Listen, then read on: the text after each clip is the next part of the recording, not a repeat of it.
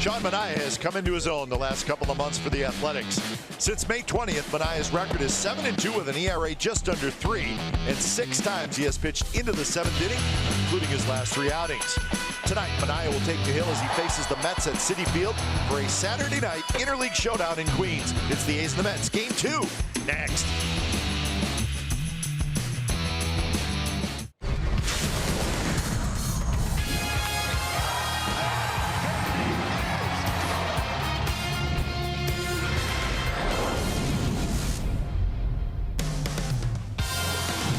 We are at Citi Field, home of the New York Mets. Game 2 of the series. The Mets won last night 7-5, and it is a huge crowd tonight here at the ballpark. And Sean Manaea is looking for his 9th win of the year. It's the Oakland A's and the New York Mets on NBC Sports California, powered by Xfinity. Good evening, everybody. Welcome to Oakland A's baseball, along with Ray Fosse. I'm Glenn Kuiper. With young pitchers, you always look for some consistency. And Ray, we're starting to see that with Sean Manaea. Really, since the middle of May, he has been terrific. You know, he's probably been the best pitcher for the Athletics. And the one thing about Sean Manaea, he seems to learn every time he goes to the mound. We've talked about that often, but he continues to learn. In this game against the Cleveland Indians, 8 strikeouts. He used all of his pitches. He was the first of 3 consecutive starters to go 7 innings, exactly what Bob Melvin wanted to do. That was the day, of course, the A's had lost a couple of relievers, and he said he wanted to extend Sean Manaea. He threw 115 pitches, the most he'd ever thrown in the game. That was right there, number 115, striking out his 8th batter. He was excited. Bob Melvin was ecstatic.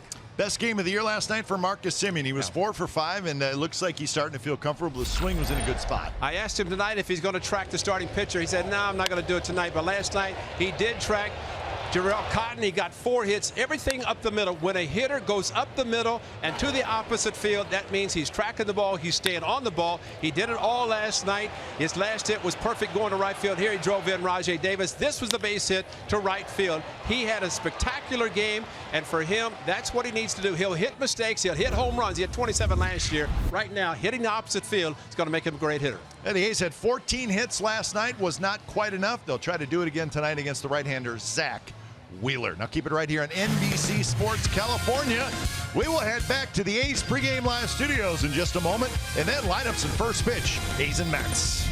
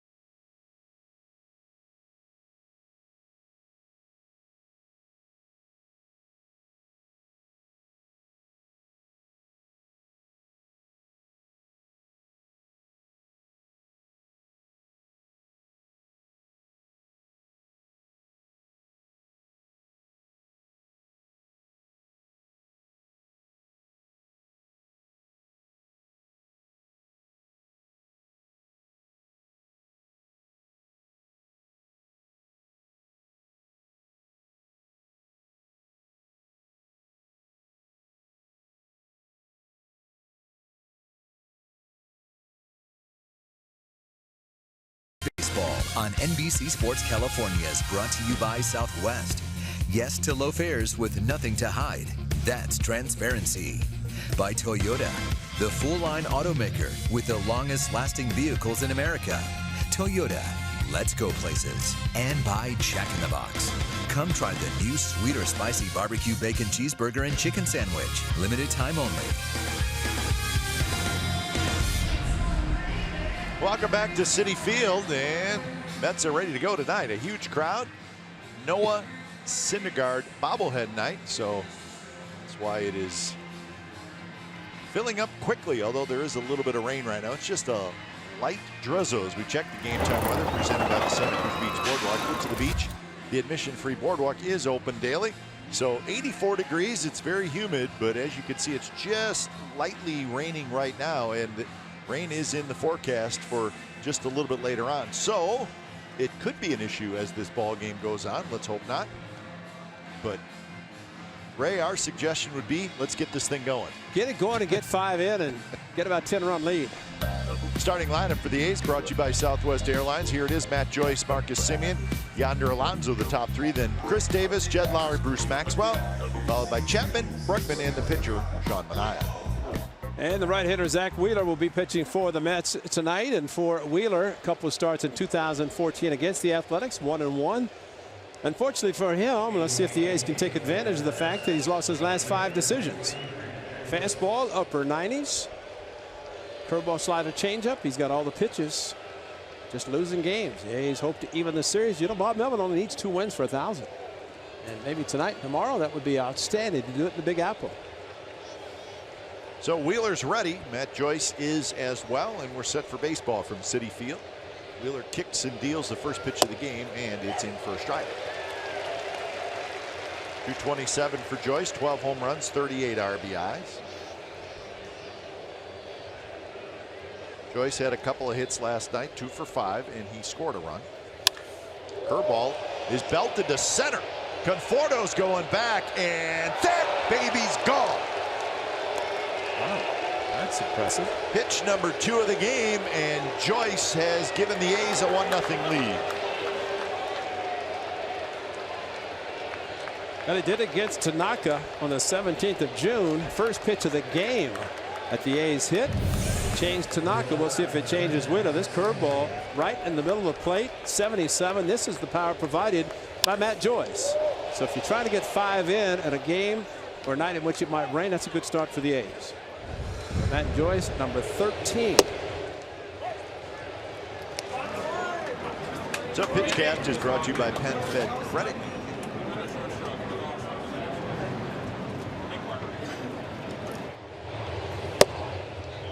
To Marcus Semien. Talked about Marcus in the open of our show after his 4-hit game last night, knocked in a couple of runs.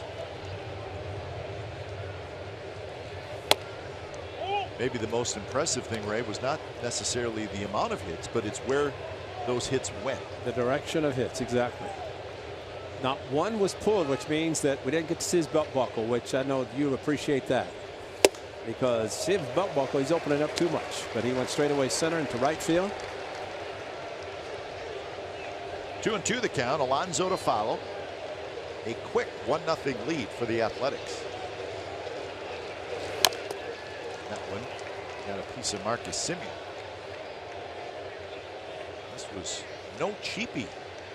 Matt Joyce. Curveball stayed right in the middle of the plate. We saw it last night a lot from Steven Matz with curveball coming in from the left side. But Matt Joyce, when you hit something at 77, you've got to provide your own power. And that Matt Joyce did.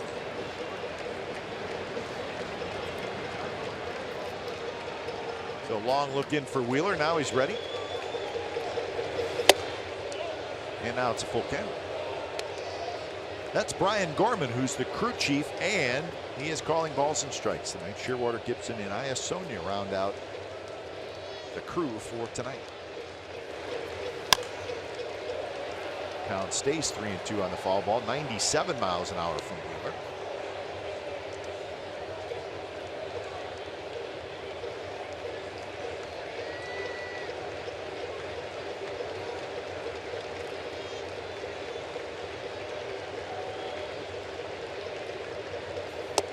And that's off the plate. 97 again, but Semien takes the walk. Just overthrew that last pitch a little bit and had a little cutting action on it. Took it out of the strike zone. Zach Wheeler has been scuffling. His last 8 starts, he's 0-5 with a 6.39 ERA, 54 hits and 16 walks in 30 innings. And it's one of those puzzlers for the Mets because he really has good stuff. And he started great. Started out great, you're right. His last win was on May 20th. Semien runs, throw to second base, not in time, and shoots right into center field. Semien will stay at second base. Wow. And that really wasn't that close. I tell you that the Mets are lucky that Conforto was doing what all center fielders should do. He broke in because getting out of the way at shortstop, I think that was Reyes. Then they put the shift on, but yeah, Reyes goes and watch him just get out of the way. Bolay, ball into center field. Well, you got to make a better I know, effort exactly. He just backed out of the way, and you know, Arnaud made a strong throw. I mean, if he's there, you know what? That's brutal. That is terrible. And listen, Conforto did a good job. Otherwise, that's an E2 and should have been an E6 because of a horrible effort. I mean, that's all you have to do is take a step forward toward the pitcher's mound and just catch the ball. Catch the ball, exactly. That's embarrassing. Because he looked like he was afraid that if he put his hand down, he was going to slide in to his glove hand. Watch him. Watch this. Just, I mean, come on. But you're right, Kite. Just move in front. Move forward. Yeah, that keeps the ball from going to center. And listen, Conforto, give him credit for backing up and keeping the ball and keeping the runner at second instead of going to third. We've seen too many when they do go to third. Lonzo fouls him down the left field line. 0-2 to Yonder, 272, 21 home runs, 45 RBI. Got the interesting thing here, the shift to the right side, yet they're pitching Alonso outside, trying to prevent him from pulling the ball. Yet they're playing him to pull the ball. You know, it's kind of interesting why they're doing that. All the more reason to take a fastball outside and go to left field. And if you don't drive him in, you get into third anyway. This is kind of the shift, the way they're doing it. It's a little surprising. That one at the shoe tops by Wilmer Flores, the second baseman. So that's out number one. Kind of a soft line drive for Yonder Alonso. Here's the Mets defense. Cespedes in left, Conforto in center, Bruce in right. Some pretty good outfield. Cabrera, Reyes, Flores, and Rivera in the infield with Travis d'Arnaud doing the catching. Like Flores had thought about trying to catch out on the short hop, but at the time it was not first and second where they did double play. About that, Cabrera playing in just his second career game at third base. Played an inning and a third with the Indians many years ago. He was saying tonight that he thinks he's being showcased, thinks the Red Sox are interested in him playing third. So he said, I want to play third tonight for the first time for the Mets. But let's not forget when David Wright and Neil Walker both went on the disabled list, they tried to get him to play third, but he wanted to pick up his option, which the Mets said no, and now the interest in possibly being traded, he's decided to play third. Well, the Red Sox are searching hard for a third baseman, and it's possible that Cabrera could be the guy. Well, expectations of several being traded from the Mets since they are where they are in the division, and several free agents. Barry Collins said it's surprising. Actually, Kevin Long, the hitting coach, both said surprised that Duda has not been moved because he's an excellent first baseman, a good hitter, good person. 1-2 now to Chris Davis. Well, I think the Yankees were, that was the big talk. They needed a first baseman, but now they got Frazier. Yeah, exactly. And it sounds like they may see if Headley will play first base and leave Frazier at third. Yeah, Headley was playing first the other day. And so the Yankees may be out of market for a first base. Exactly.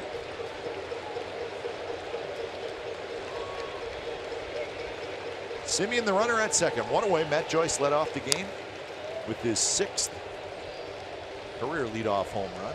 And you know, Cap, with Todd Frazier, they're getting a free agent to be. You know, and Frazier's going to be a free agent. And Quintana going to the Cubs. He's got a couple of years, but so they, in essence, Yankees seem to be wanting to go for it.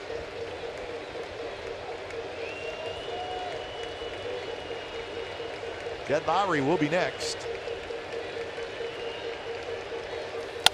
And that one hit up the middle. Base hit center field. Here comes Marcus Semien. Conforto's throw to the plate. Not nearly in time, and the A's lead 2-0. Give Chris Davis his 67th RBI.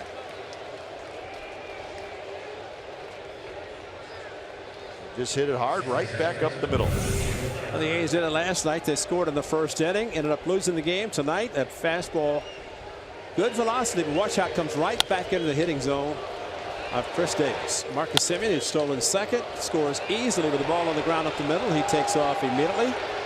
Conforto hit the cutoff man, and that would prevent Chris Davis to advance to second base. So before he takes the mound, Sean Manaea has a lead. See the RBI total.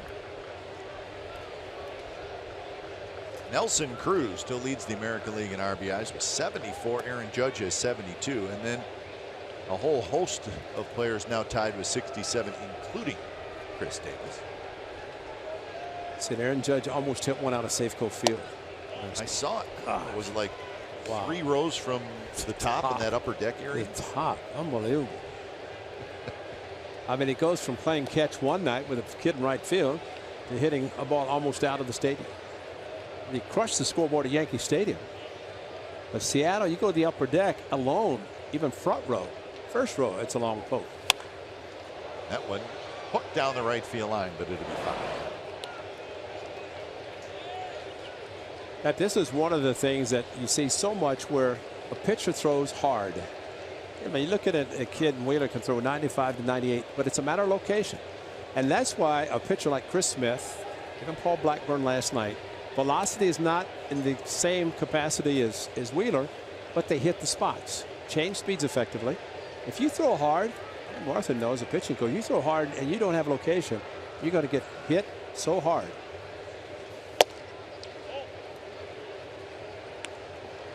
Yeah, and what do? Do you stop throwing 97 and throw 91? Maybe, but that is really hard for a guy to do. But it's also, I mean, you can throw the velocity maybe a little bit less, but hit the corners instead of just rearing back and throwing hard. I think that's one of the biggest things.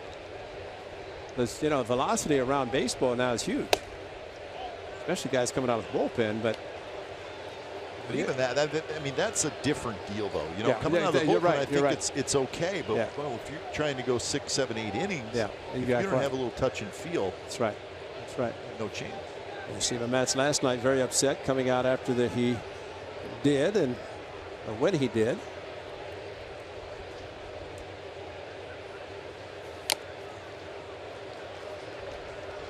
Yeah, Mats was not happy. But you know what? To his credit, I'd rather have a guy that's ticked off by coming out of a game than a guy who you get to the mound and you ask him and he's okay coming out. Yeah. Addison Reed wasn't happy. You know, he was not happy with the umpire. Yeah. Well, 3-2. Jed Lowry usually makes contact. See if KD's on the move.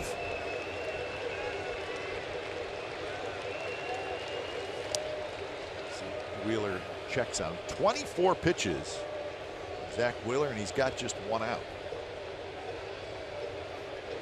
So he is looking for a turnaround start, and it has not started that well for him. He's with a couple of runs, looking for more. Davis runs, and it's a ball. So Lowry with a walk.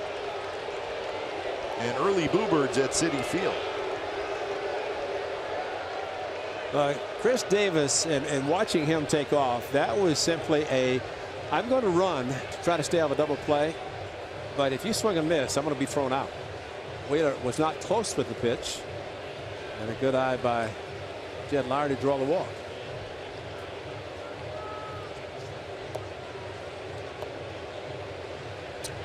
Wheeler is trying to figure out what the heck is going on. Well, this is where pitching coaches earn their money. Trying to see something that pitcher might be doing. And Martha has been around a long time as a pitching coach. And ideally, if a pitching coach can see from the bench what a pitcher is doing, they can correct him during the game instead of waiting until after the game and watching videos.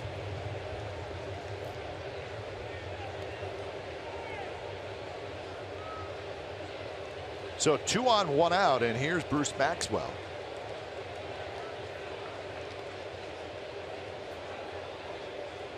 Maxwell at 270 with a homer and 7 RBIs, and the first pitch is up and away. So the Wheeler story is interesting, though, Ray. Remember, he was a very high draft pick of the Giants. In fact, he was the 6th pick in the 2009 draft.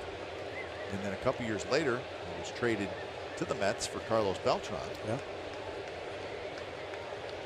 And the A's, or the Giants said, hey, we needed a veteran outfielder, and they gave up one of their best prospects. And the Mets at that time thought, hey, this is a great deal for us. We got a young potential #1 starter for a long time. And in 2014, his first full year in the big leagues, he was pretty good. 11 and 11, he made 32 starts. But then the next 2 years, 15 and 16, he did not pitch in the big leagues because of injuries. So he still really has not fulfilled that promise. He's 27 years old.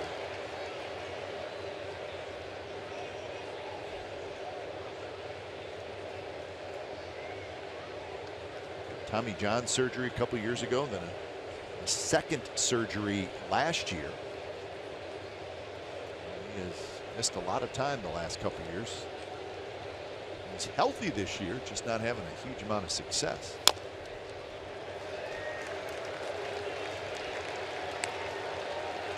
He's got an easy delivery and the ball jumps out of his hand. It's just a matter of controlling it.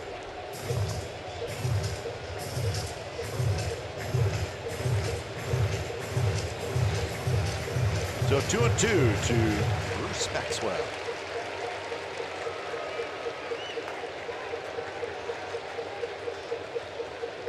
Davis at second, Lowry at first.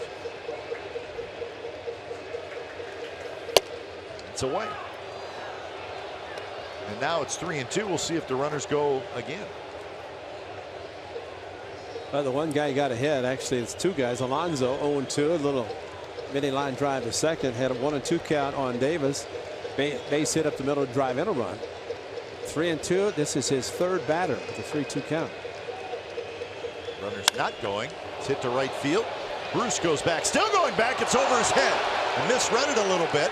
He picks it up, fires it back in, and Chris Davis is going to score. Maxwell has a double. It's 3-0 the A's lead.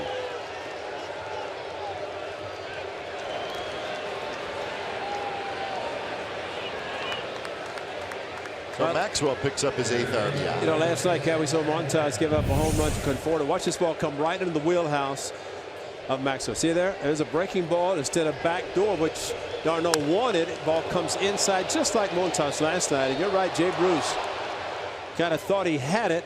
You'd see that more from a center fielder instead of a right fielder. But probably a little bit fooled by the strength of Bruce Maxwell.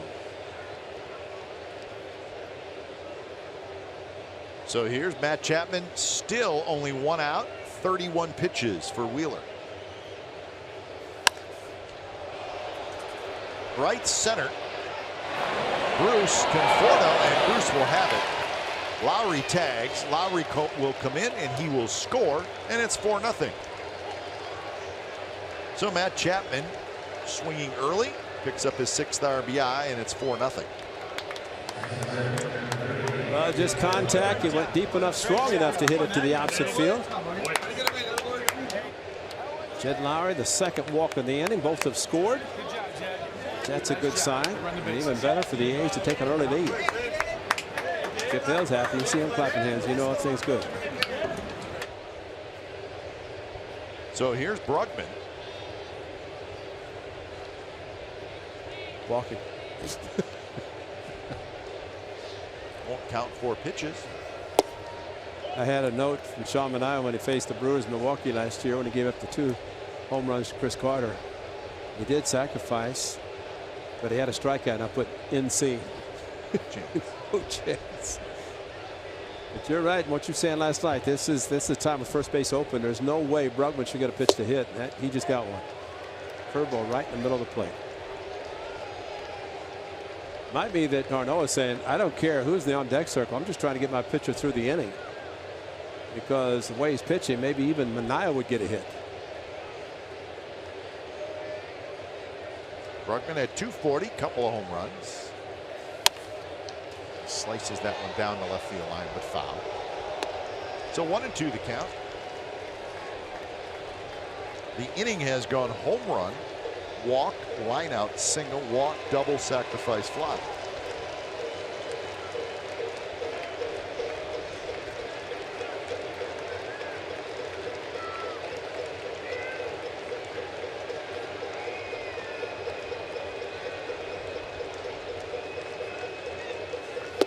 Pitch, curveball, and Berkman strikes out. So 36 pitches in the first inning for Zach Wheeler, and the A's score 4. It started well with Matt Joyce, his 13th home run of the year to start the ball game. So a 4 spot for the A's, bottom of the first coming up.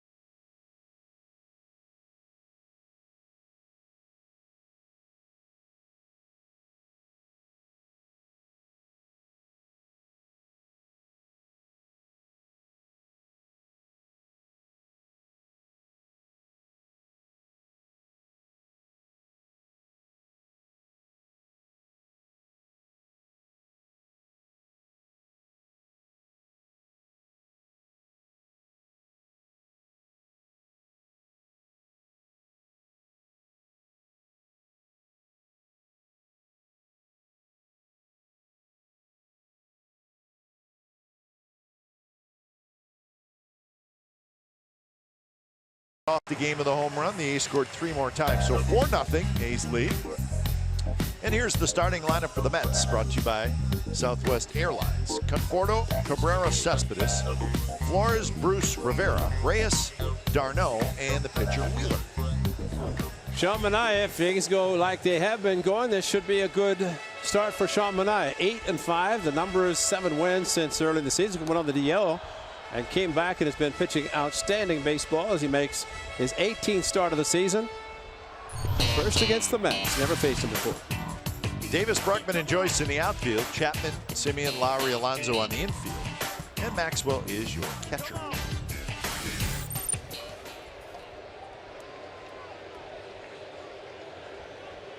So Michael Conforto steps in. He had the big game last night with a couple of home runs.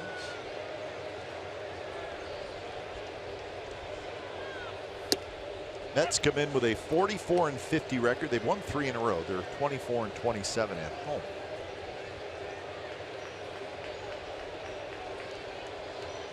Last night, 7 runs on 10 hits, a couple home runs, both by this guy, of course. Chapman waits for the hop, throws in time, 1 away. Time now for the Nissan keys of the game for Sean Manaea. Duplicate the Big Apple experience in May. That was against the New York Yankees, who's already ahead of the game because against the Yankees of Brett Gardner, 4 pitches out of the strike zone, ended up going 7 shutout innings. For the young players, they are learning every day at the major league level. Last night, there was an opportunity maybe for Bob Melvin to pinch hit for Matt Chapman. He didn't. He had all the lefties on the bench, left him in the game. Chapman, Brugman, Manaea on the mound, Maxwell behind the plate. That's some young players, and what a great experience for them to learn. Hopefully learn from their experiences at this level. Bounced up the middle, and Asdrubal Cabrera has a 1-out single. Didn't hit it real hard, but as they like to say, it found a hole. And here's Cespedes. Low fastball, and Cabrera, switch hitter, likes it, and back up the middle, and You know, there's a case where you think he's going to pull, but I don't know that he could get around with a good fastball in. So Cespedes steps in. He had 3 hits last night. 3 hard hit singles.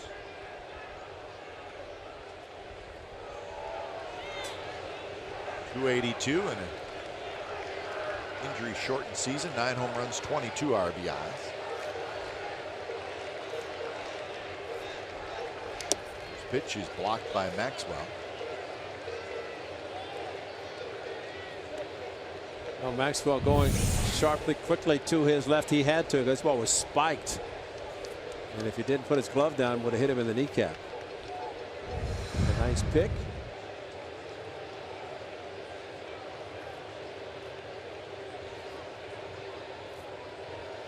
Cespedes last year, his first full season with the Mets, played in 132 games. He had 280 with 31 home runs and 86 runs batted in. Of course, 2015 is when he got traded from the Tigers to the Mets. And the Mets got to the World Series.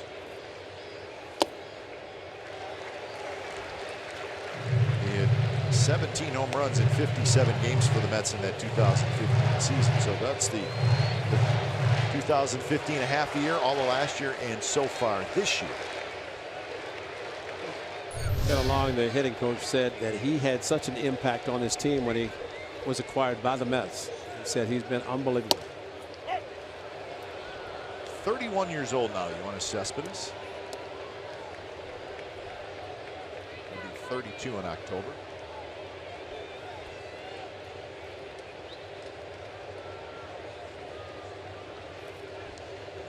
On deck, Wilmer Flores. Got that big swing. If he had not opened up on that, he might have hit it out to right center, right field. But it did open up enough for the pitch outside, and as a result, it went straight back. Cespedes, the whole can he hit a fastball thing? Of course he can't, but you know he's going to go after a high fastball. That's right. But you always talk about it too, and Mark McGwire was a perfect example. If you make any kind of mistake with an off-speed pitch, he will crush it. Yeah. And that's the way most power hitters are. Absolutely, yeah. They cannot handle the fastballs, and especially an elevated fastball. But you're right. The misconception is try to fool them with something off speed, and there's no way you can do it.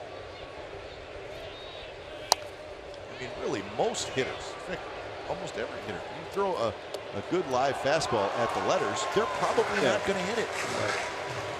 Cap, with all the home runs that are hit, I remember one year, I can't remember, it wasn't Adam Roden, the video coordinator, it might have been, but they were put together, all the home runs. Every pitch was a mistake. Every home that was hit was a mistake, and that's usually what happens with home runs. Center field, Brugman going back, still going back, and he's able to make the catch. Cespedes hit it well, stayed in the ballpark, and Brugman caught it. Okay, that's exactly what you're talking about. Threw him a fastball, kept it away. He didn't pull it, and he tried to hit it out to the biggest part of the ballpark, and he has the power to do it, but the location of this pitch, at 93 outside, he can't pull it. And while it looked good off the bat, Brugman tracked it down 408 to straightaway center. And remember, they have moved these fences in a long way. Right field, right center field especially. Here's Flores.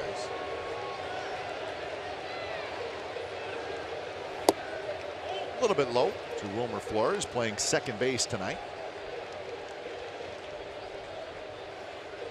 Last night, Cabrera played second base and Rivera played third. Rivera's at first base tonight.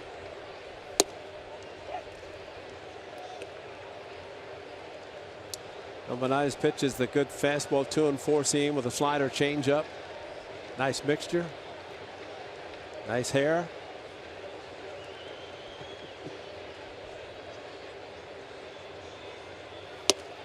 Right on the outside corner. Good pitch by Sean Manaea. 1-2 the count.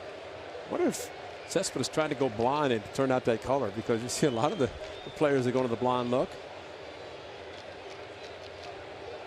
Yeah, you don't see blue too much. No, and maybe that's the way it turned out when he tried to.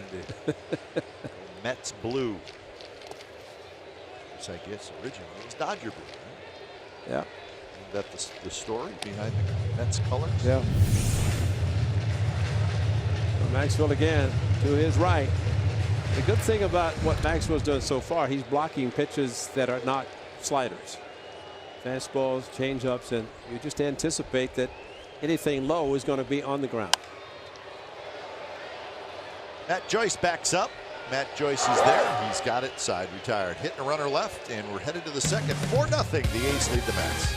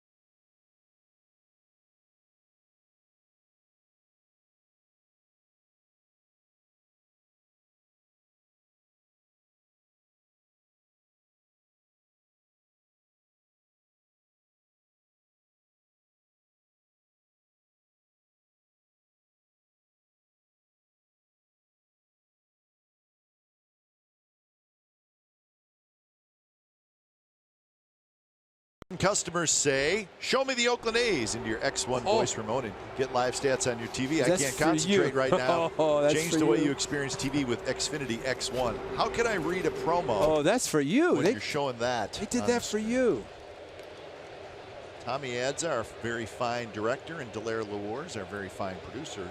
They know me well enough. Yeah. And that's very difficult for me to try to do a good job promoting and making the sponsors happy. And then they show me some thin crust pizza. I thought you were going to say, show me some pizza. Man, oh man. That was all out of whack there for about 10 seconds. That looked good. All right, let's check out Sean Manaea. Heads up. Yeah. Heads up on the right side of the diamond. Yeah, definitely. Now see if you can hold up on this big curveball you're going to get, big boy. Right now, just pitch. Got a 4-0 lead.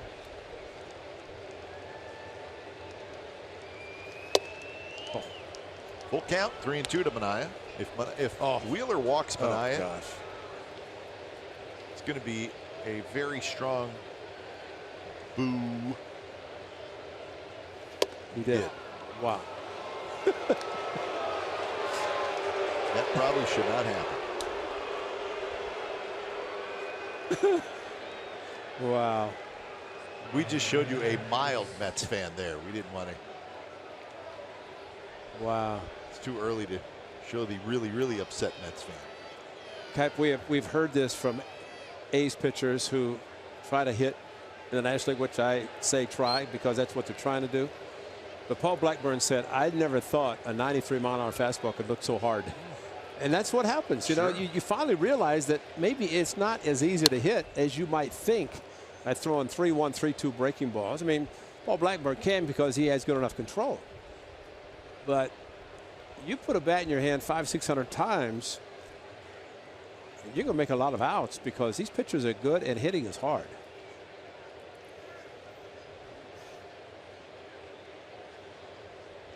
Matt Joyce homered leading off the game.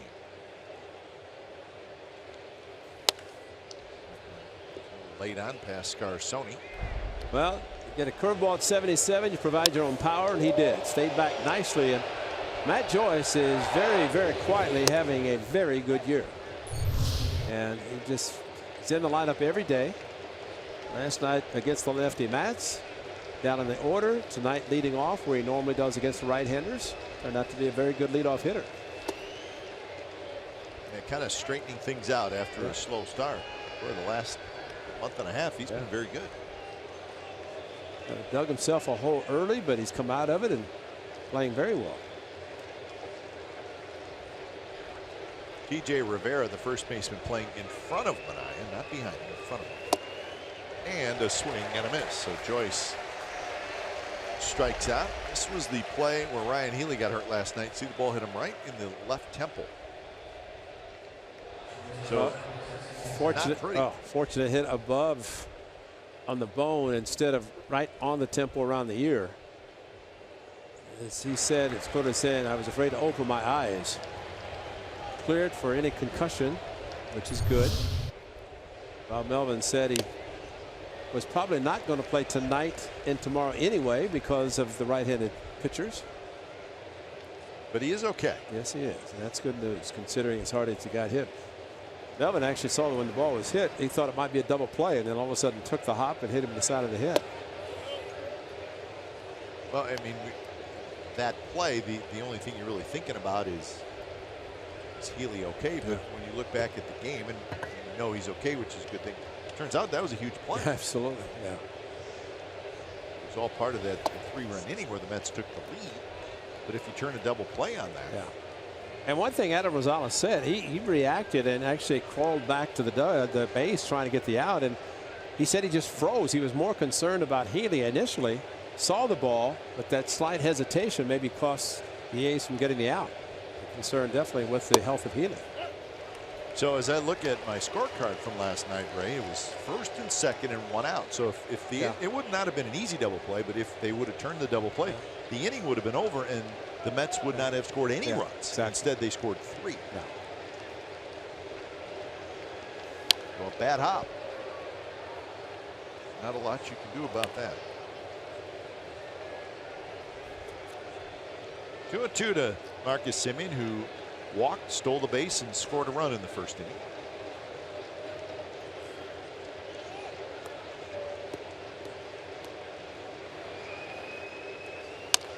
That one grounded left side. Cabrera has it, fires to second for 1. Couldn't go to first, not in time. Cabrera had a range quite a ways to his left.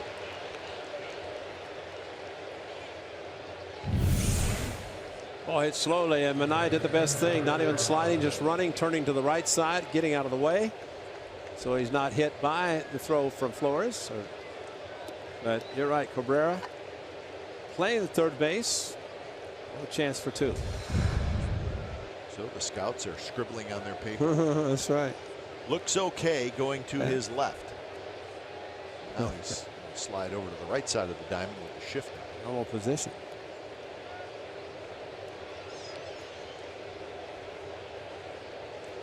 Yonder Alonso hit a soft line drive to Wilmer Flores, the second baseman, in the first inning.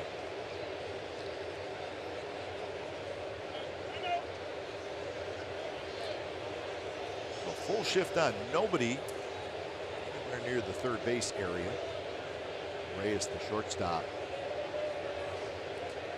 shifting to his left a little bit. Good bunt for a double. Yeah.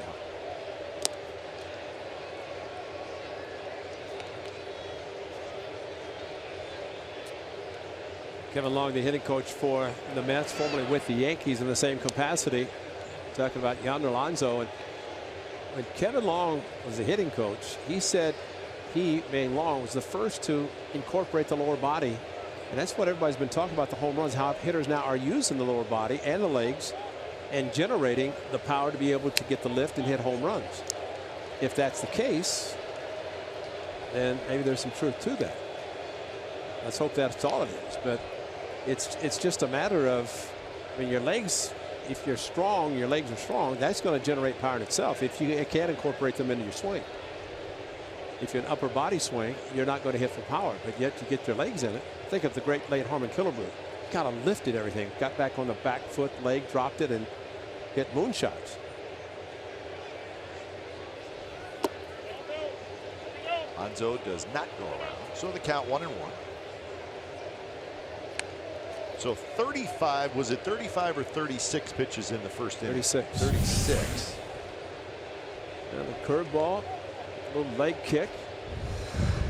You can see the leg size of Yonder Alonso. So he's got the strong legs.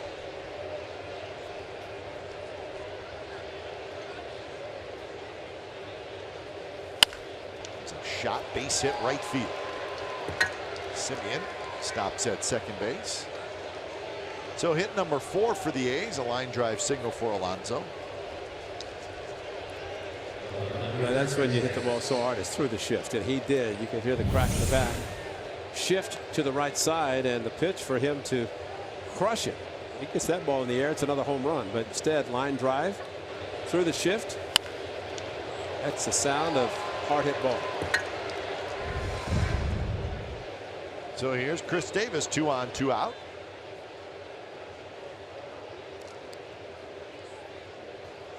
So Ray, you just saw Travis d'Arnaud come out in front of home plate and go through a series of signs, not to the pitcher but to the infielders. What would he be giving with runners at first and second and 2 out? Basically where he's going to throw, and tell you that's why the runner at first base has to get the big lead, because he would say that if they both go, he doesn't want to be the second baseman, the shortstop to be surprised. It'd be the second baseman, considering they're playing Chris Davis to pull. But that's why it's important. You see with the first baseman Rivera, how far he's off the back. That's the lead that Semien or Alonso can get off first base. So if Semien does run, then Alonso, there's no chance they could throw him out. So he's talking about a double steal. Yeah, he's talking about the double steal, where to throw the ball. And with 2 outs, thinking it might be a trick play on. But thinking about Chris Davis and his power, everybody's in scoring position at that point with him at the plate. But that's usually what happens with the catcher when he does give that sign. It's with runners at first and second or first and third. I don't think there'll be a double steal. No. I think when Eck was pitching, Alan Ashby was catching at Yankee Stadium, and it was the move to throw to the shortstop because you throw. And Eck spun with his back to home plate in the shortstop position. That was flying down the left field line, and it is foul. That got out in a hurry, and it was just foul. Might have knocked the foul pole down if he had hit it. That's the amazing thing. The home runs that he's hit against righties, and Wheeler is another one. There's the hanger. That's the reason he hit it so hard and far, but just foul. It was indeed foul. It was in front of the foul pole. You see, Eck didn't know that the throw was going to short. So as he spun with his back, Ashby hit him in the back of the head. Davis swings and misses, so Wheeler has to work hard again, but he keeps the A's off the board. We're headed to the bottom of the second, 4-0 Athletics.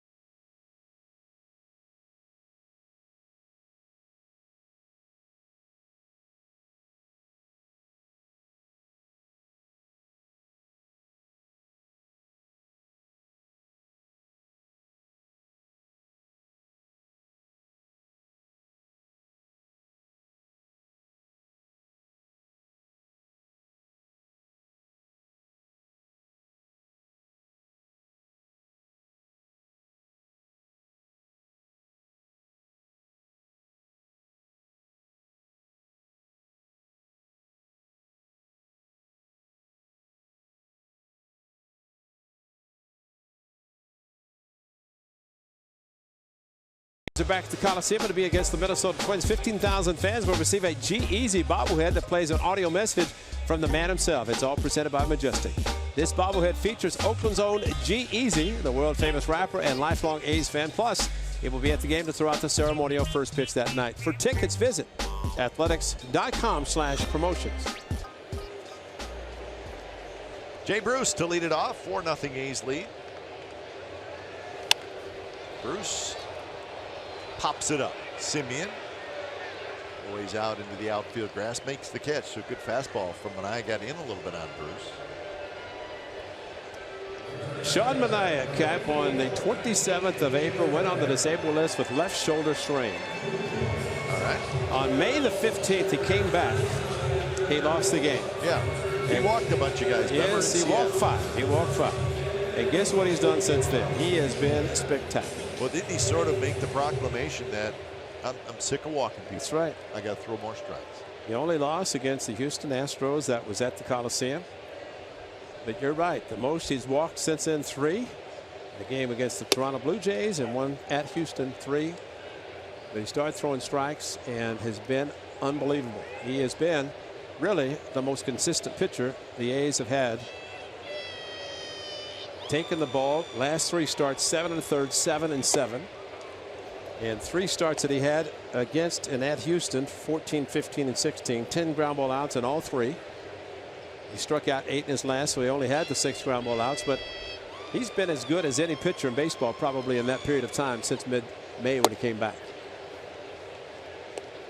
So since that start where he was in Seattle and he walked to 5. Yep. His next start, May 20th, and he's got a 2.92 ERA since then. 5th best, and look at the guys ahead of him. So he's been great. And Cap, probably the most impressive one was against the Red Sox on May the 20th when he started that, because he didn't walk inning. And you go back to last year at Boston on May the 10th, 2 2/3, 10 hits, 8 runs. And that was the beginning of a horrible time for him. He could not recover, very hard to recover. But then Chris Carter, CC, got him in Milwaukee for 2 home runs. Chapman has it. Throws out TJ Rivera for the 2nd out here in the 2nd. The good thing also, he's been throwing to different catchers. He's got all 3. Even pitched to LeVarn way up in Seattle. But in the period of time that he's had success, he's had Maxwell, Fegley, LeVarn way, Stephen Vogt before he went to Milwaukee. So he's pitched well. And he's on a nice roll and staying healthy and in great shape. Oh, we know what he's done against lefties. He's very tough to hit for left-handed hitters. But now he's becoming tough on right-handed hitters. It's just not an easy at-bat. It's really simple as it is. You know, Cap, it's a good point that you make, because there's what he's done against the righties. And I mean, you look at last year, this year, the comparisons. But I've had scouts say that, well, he's dropping his arm, he's different arm angle, whatever. He's not doing anything different. He's just basically pitching extremely well. Brugman, long run. He's not going to get it. Bangs off the wall. Reyes round 2nd. He's going to try for 3rd, and he's going to make it with a head-first slide. So Jose Reyes with a triple.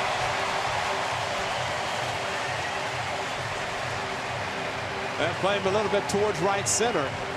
0-2 fastball. You know what? That's reminiscent of Chris Carter last year in Milwaukee. They want the high fastball. That's where Maxwell wants it. He gets it. 94. And you know, I think that's, to me, it's one of the worst things, because it takes a pitcher out of what he's attempting to do, and that is pitching down in the zone. Reyes, still very good speed. And this is all on his own, straight to center field. And of course, he's a leadoff hitter. Triple is master. Hey, they just walked Arnaud in 4 pitches and put the 4 fingers up. That was quick. Yeah. So, as expected, the walk, and here's the pitcher Wheeler. See, you can't even put down 3 more pitches because he didn't throw them. Or 4 more. Wheeler is 2 for 26 with 11 strikeouts on you.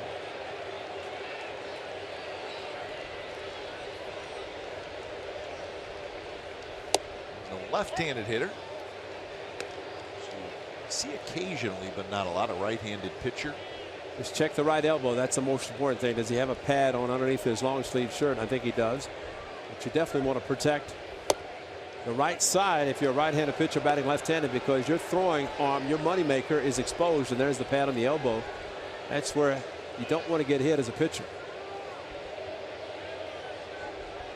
Fastball, fastball. Does he go another one? Yep. Wheeler reach for it. So 0-2. Really not a bad pitch to throw either, because if he throws a slider, it might help him speed up his bat, unless he throws it extremely hard. It's a swing and miss, which he throws it. He needs to do that. Yeah, foul. He may go to it now.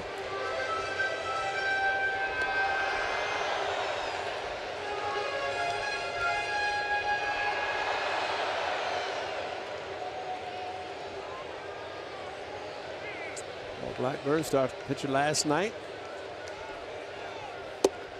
There's the breaking ball. So Wheeler's called out on strikes. Mets strand a pair. Third inning coming up. It's the A's 4 and the Mets nothing.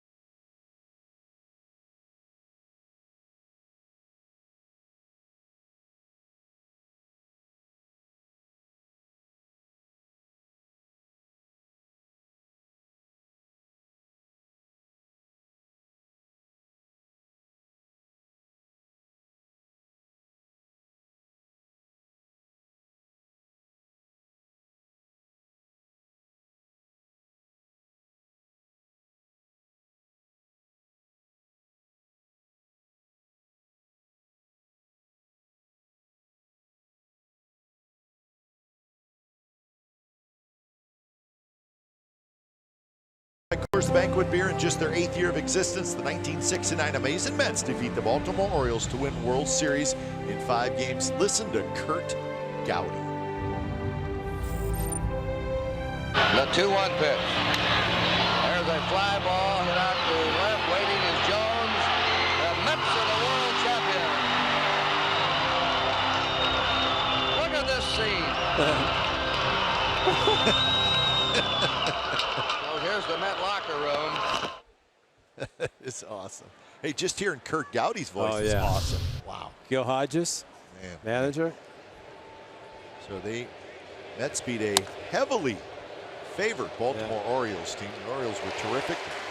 Mets got it going, and they won that series 4-1, and they won it at Shea Stadium. Like that. Don Clendenin. How about that? Wasn't Don Clendenin? Didn't he come over in a trade mid-season? Don Clendenin. See the managers. Ron Swoboda. I mean, they had some guys on that team. Orioles won 109 games that year and lost the World Series. First expansion team to win the World Series. That's interesting. Never won more than 73 games in a season. They won 100 and won the World Series. Put it all together. And you know what I remember about that team, Kite? That every one of those players, and figure 1969 world champions in New York, the players who went out on endorsements and speaking engagement made more money in the offseason than they made during the season. Because every place, I mean, everybody wanted them. Sure, you know, especially in New York. Oh, yeah. You got the amazing Mets. And remember, Sal Bando said in '72 when the A's won the first of 3, They hardly knew the people. They didn't know the team. So much different. New York winning a World Series, and it's not a team named the New York Yankees. Davey Johnson made the final out. That's right, Dave. Yeah.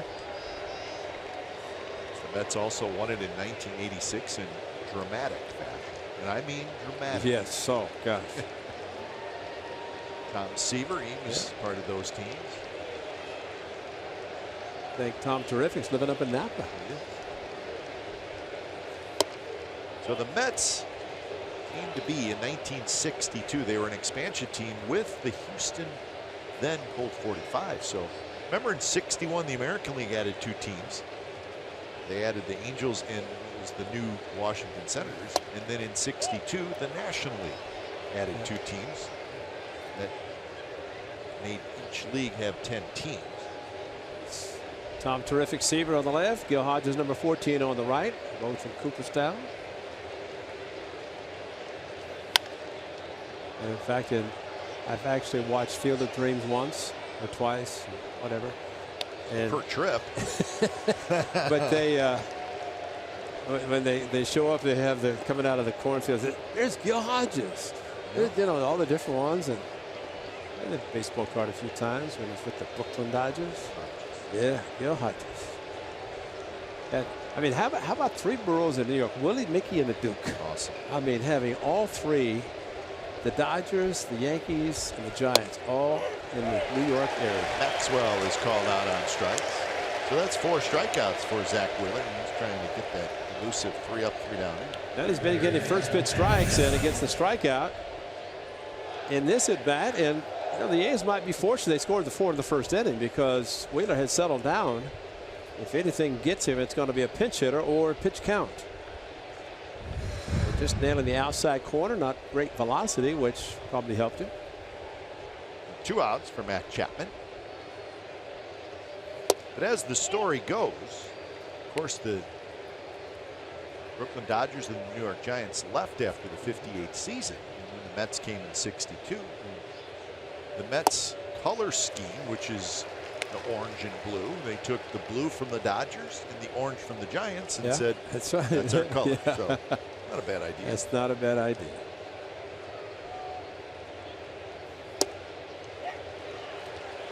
One and 2 the count. Wheeler all of a sudden working with a little better pace. You know, for so many years, it was okay to lose 100 games and be the worst team in baseball, as long as your name was the Mets. Wow. That is hit high, and I mean high and deep, and that baby is gone into the second deck by Chapman. Wow. That's worthy of a wow.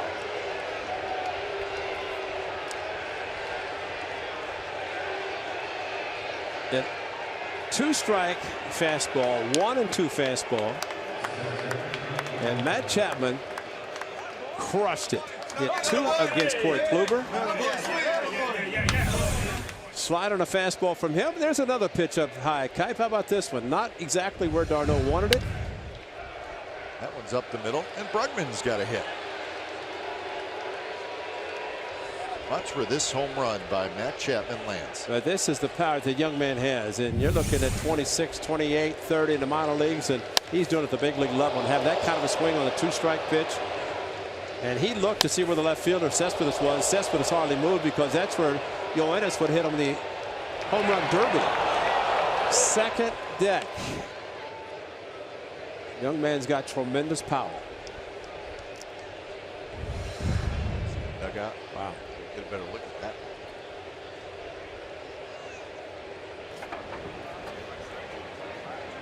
So here's Manaea. So in left field, there's your left field fence, which says about 370, and then there's like a party deck, and then there's the lower level, and then back is the second level, and that went about 3 rows into the second level. So it gives you an idea just how far that ball went. You hit one into the, if you hit one halfway into that first level, it's a long home run. It's about your local, about it above your local on that sign, and deep, and oohs and ahs from a lot of people. Oohs and ahs from his own dugout. Exactly. So that was impressive. That was fun. In fact, I wouldn't mind seeing it again as we go to break. Just a thought. So Matt Chapman with his 3rd big league home run of the year. There it is.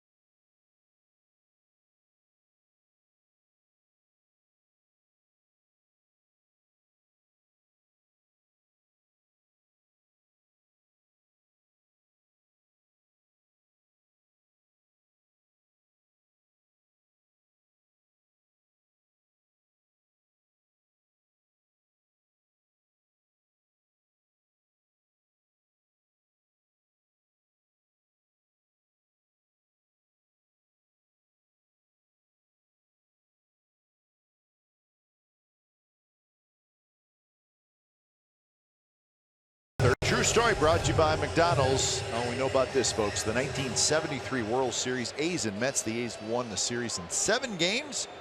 Remember, they were down in that series, but they came home and won games 6 and 7 at the Coliseum. So that was World Series win number 2 of the 3 straight. Reggie Jackson was the most valuable player. Darrell Knowles pitched in all 7 games. The managers, Yogi Berra and Dick Williams. First World Series in which all weekday games started at night. Right. That was probably a pretty big deal in itself. Well, that was Charlie Finley. Charlie very innovative when it came to changing the game. And of course, there was a lot going on in that World Series, as Ray was right in the middle of it all. But for anybody, and I mean anybody that grew up a Mets fan, to question that my partner did not tag Bud Harrelson. You know what? It bothers me, Ray, because I feel like you say I tagged him, and that's good enough for me. That's it. You're an honest man. I got him. It was fair. Barely, you know, the uniform, bloused. You know, we see guys get hit by pitches with a bloused uniform. Bud Harrelson was running down the line.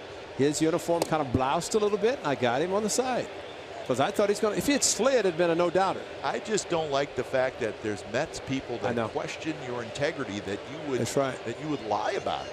Cover it up. I actually got a letter and they said, if you're a real Christian, you would admit you missed him. And I said, well, I tagged him. So what does that tell you? That one is belted to left center field, and it's off the wall. So Asdrubal Cabrera is going to hustle him to second for a double. All right, this is the play. I mean, come on. I don't know what people wonder why. It's clear that my partner put the tag on Bud Harrelson. Watch how clear this is, folks. I mean, come on. Look at check Augie Donatelli. Check the umpire. Look at Augie Donatelli. Right, see the umpire? Yeah, and he got him. He got it, see, right on the side, man. I don't even know what people would question about that play. Come on, man. Wait, the guys in the booth here are giving us the safe side. Why? Yeah, Bob, because he doesn't even want to know what baseball is. That's Bob. That's Bob right there. That's Bob. And all you in California, close your eyes. See, Anthony's a smart man, our stats man. He's like, yeah, I think Ray tagged. Bob has given us the safe side. You know, Howie Rose is doing Mets radio. Howie Rose. And now watch, check this. What is the controversy? Well, Don't run that too slow. But see, you guys weren't speed there. that up a little you bit. weren't there, you know. See, Augie Donatelli was there. He's down on his stomach looking right down the line. You know, didn't have 1,000 different angles to look at it. Is that Howie Rose, right? Howie Rose. He's hacked off right now. He is. Oh, yeah. You know what? He's thinking right now, you know what? Bossy didn't tag him. I'm telling you. Howie Rose was a 19-year-old Mets fan. He said it was cold, so cold on the third game at Shea Stadium. He was in the upper deck with all the families of the A's because Charlie Finley put everybody up there. But he was a Mets fan, and it still kills him. He says if Yogi had thrown George Stone in Game 5 or Game 6 in Oakland instead of bringing Tom Seaver back on short rest and John Matlack on short rest in Game 7, he said the Mets probably would have been world champions. I love when the strategists come out. Yeah, oh yeah. Oh, and Howie. I mean, that was 73. This is 2017, and he's still burned about that. Howie's a beauty. He is great. 2-2 to Cespedes. He's laughing at Bob. Reggie had the big hit. Yeah, that's good. He had the 3-run homer, right, in Game 7? And that's what Howie Rose said. I could still see Reggie jumping on home plate. He had a fan. I mean, this is why he's missed October.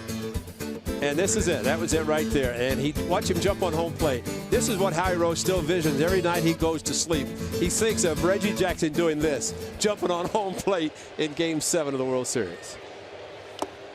Howie, if that's all you're thinking about, he's a true Mets fan. And now he's working for them. Now here it is. Howie, this is for you. That's Reginald Martinez Jackson jumping on home plate. Joe Rudy there to greet him. A 3-run home run.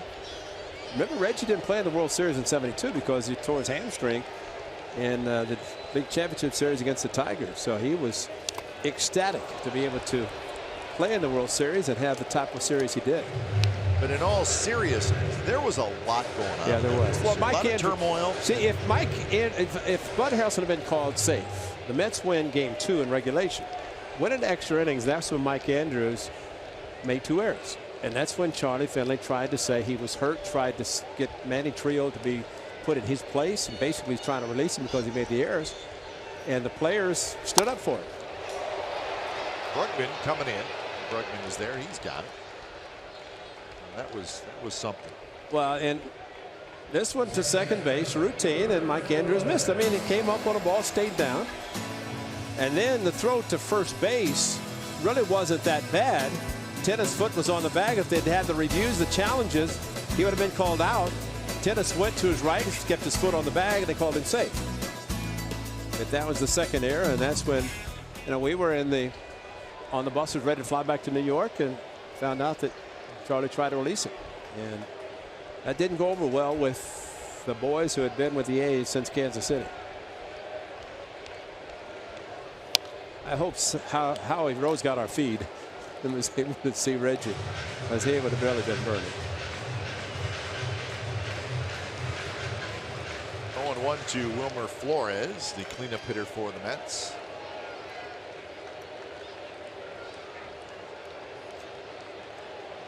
Flores hit a fly ball to right field in the first.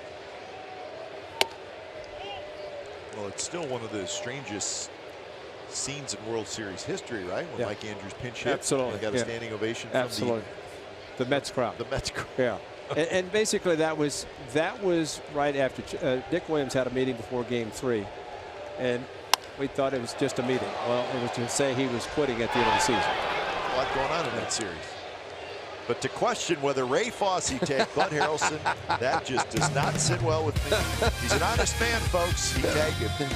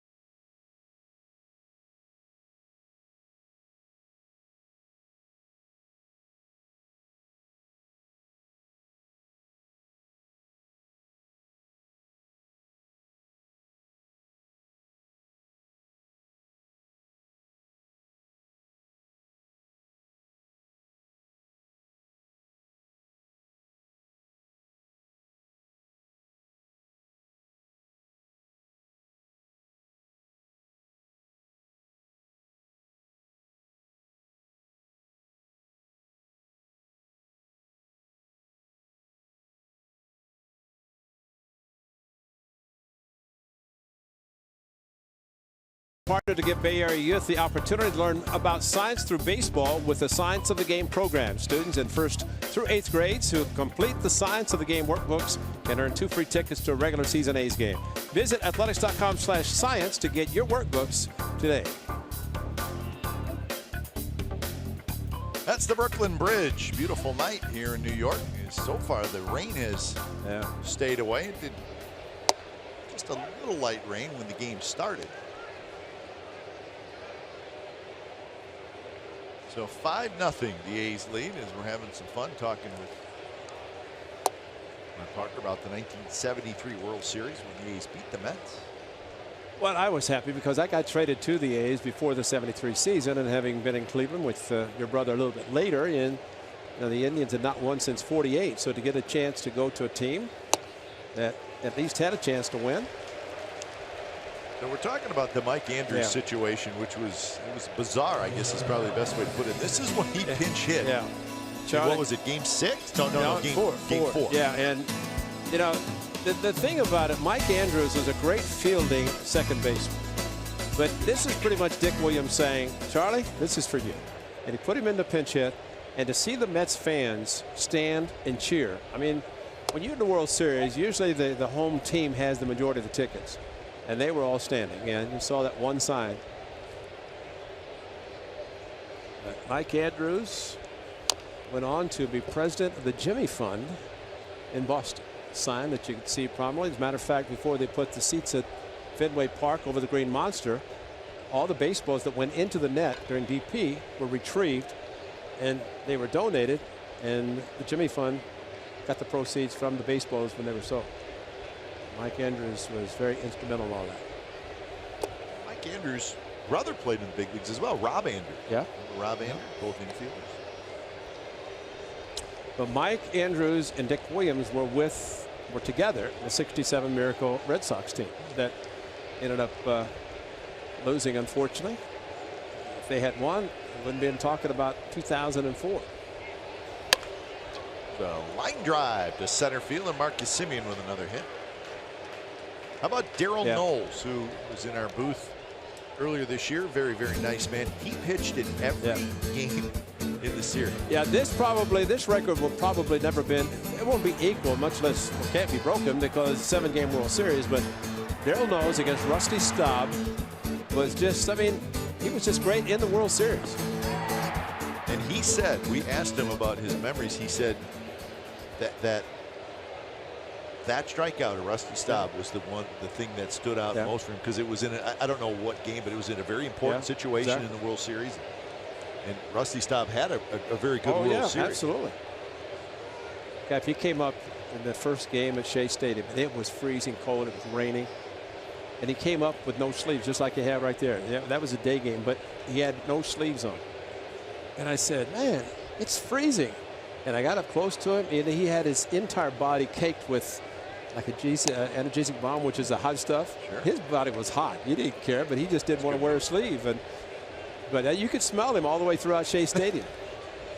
It was that smell of the hot sauce. He's still an ambassador with the New York Mets. Ron Darling and Keith Hernandez on the TV side. The Mets won in '69 and '86. Lost the World Series, as we're talking about, in '73. They also lost in 2000 to the Yankees, and then in 2015 to the Royals. Subway Series against the Yankees. That's like the Bay Bridge Series and the Freeway Series, but that's not happened in LA and Anaheim. Bay Bridge Series. No. Cubs and the White Sox, no. A's and the Giants once, and the Yankees and the Mets once. So the Mets have been to the World Series 5 times. This is their 56th year as a franchise, and they've won 2 and lost 3.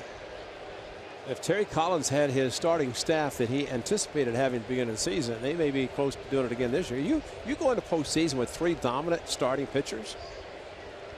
That's saying something about a ball club, and unfortunately, they only have 1 of those 3. That's a broken bat.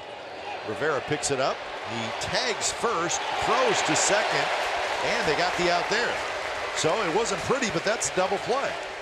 Well, and Reyes knew he had to tag him, and he did.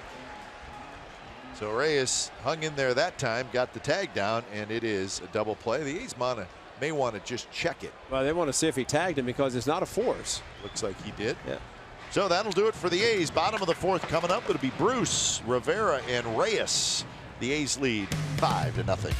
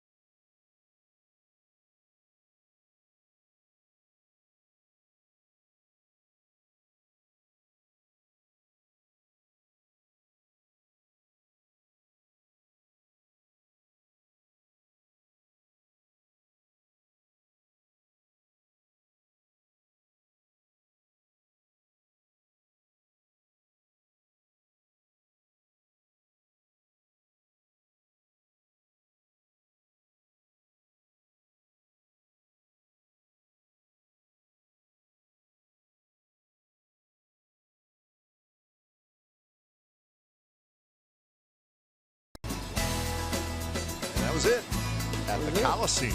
Check out those bleachers at the Coliseum. Be careful, Ray, don't get hurt. Oh, yeah. That's fun, though. I don't care. That's fun. Pile it on. 2 in a row. You saw the scene. Amazing A's. Were they busting chops a little bit? Amazing Mets. Forget that. The amazing A's. That's right.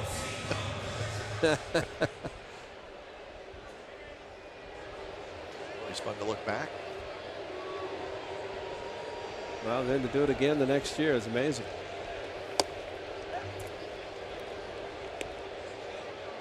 Jay Bruce to lead it off. Bruce popped out to the shortstop, leading off the second inning.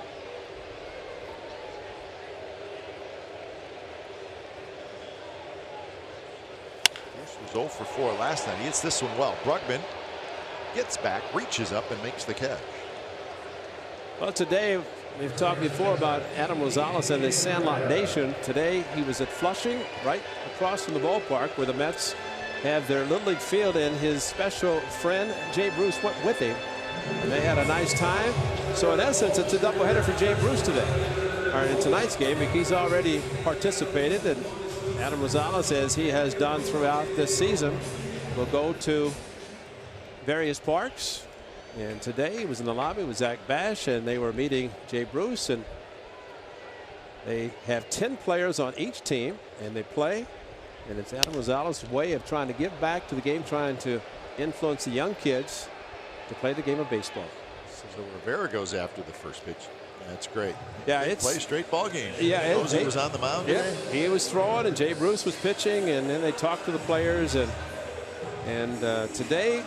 And the Mets, I guess, have a field right adjacent to their ballpark here where they have Little League games, and it's designated by the Mets a Little League field. And so it was there where today Adam Rosales left late this morning and spent the afternoon, came to the park tonight.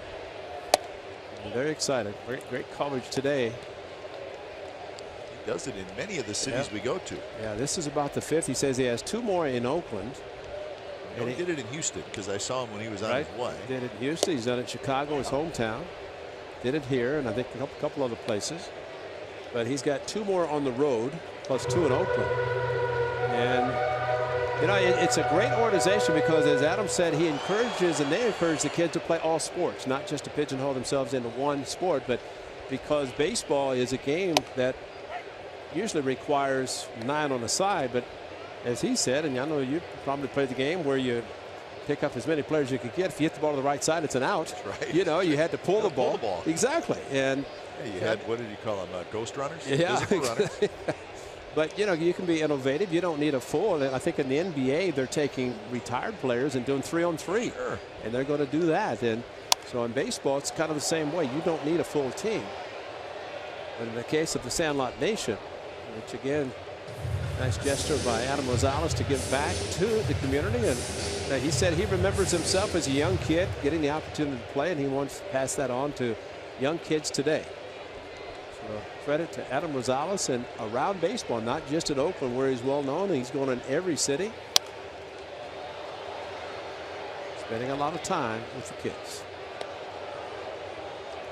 And he and Jay Bruce were together in the minor league system of the Cincinnati Reds. That's right. I was thinking, where's their connection? Yeah, that was a Cincinnati Reds, and they played against each other, played with each other in the minors. And Jay, of course, a big Mets fan. I said to Adam, I said, how did it go over today when you had a Met there and you? He goes, it was very quiet whenever they introduced and I talked to them. But Jay Bruce, they were just awestruck to see a Met amongst them, and that was, again, credit to Jay Bruce doing that as well. Good friends, and they spent today together at Sandlot Nation. Maxwell coming back.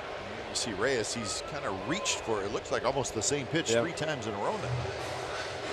Optimal foul.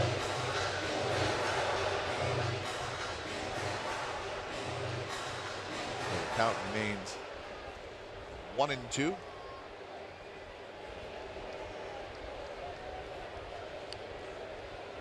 Well, they got the pizza, and then they run the scroll up there with the bacon cheeseburgers. Oh, gosh, guys. It's cruel. It's very cruel. Jack in the box. Simeon scoops it up, throws in time, and Sean Manaea has retired 5 in a row as we are moving now to the 5th inning. A's 5. That's nothing.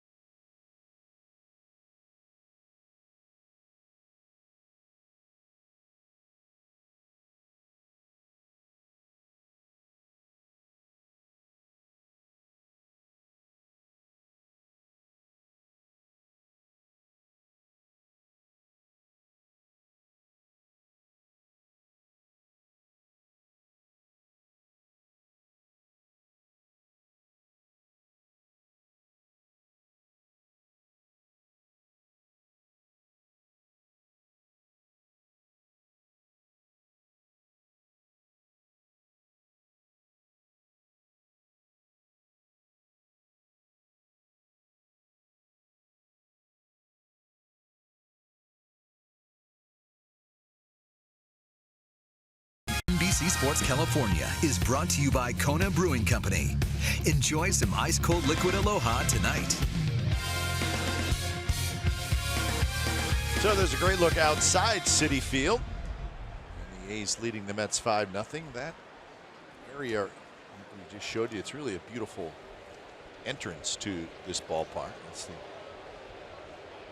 Jackie Robinson Rotunda. We're honoring the great Jackie Robinson.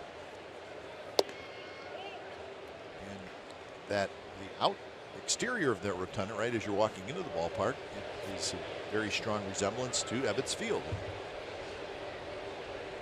Look at pictures of old Ebbets Field, and you can see Citi Field was, some of it was built to look like Ebbets Field. Why not? Absolutely.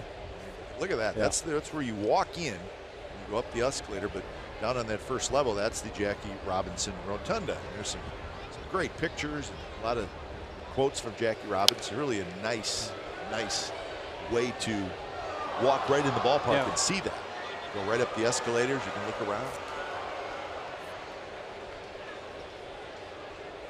Ballpark opened in 2009, so it's the 9th year of Citi Field. It's a great look at it. Too shabby. Yeah, it's nice. Capacity 41,920, and seems bigger, doesn't it? It does seem bigger. There's, I'll tell you what, there's not a whole lot of empty seats tonight. And there's a lot of disappointed people because I think they just gave away 15,000 with Thor. Syndergaard bobblehead. But you get a crowd like this in New York. Yeah. And if you get that crowd going a little bit, it can affect the visiting team. Right. But really, this big crowd has had nothing to cheer for. So they just lead 5-0, and in fact, it was 1-0 2 pitches into the game. Yeah.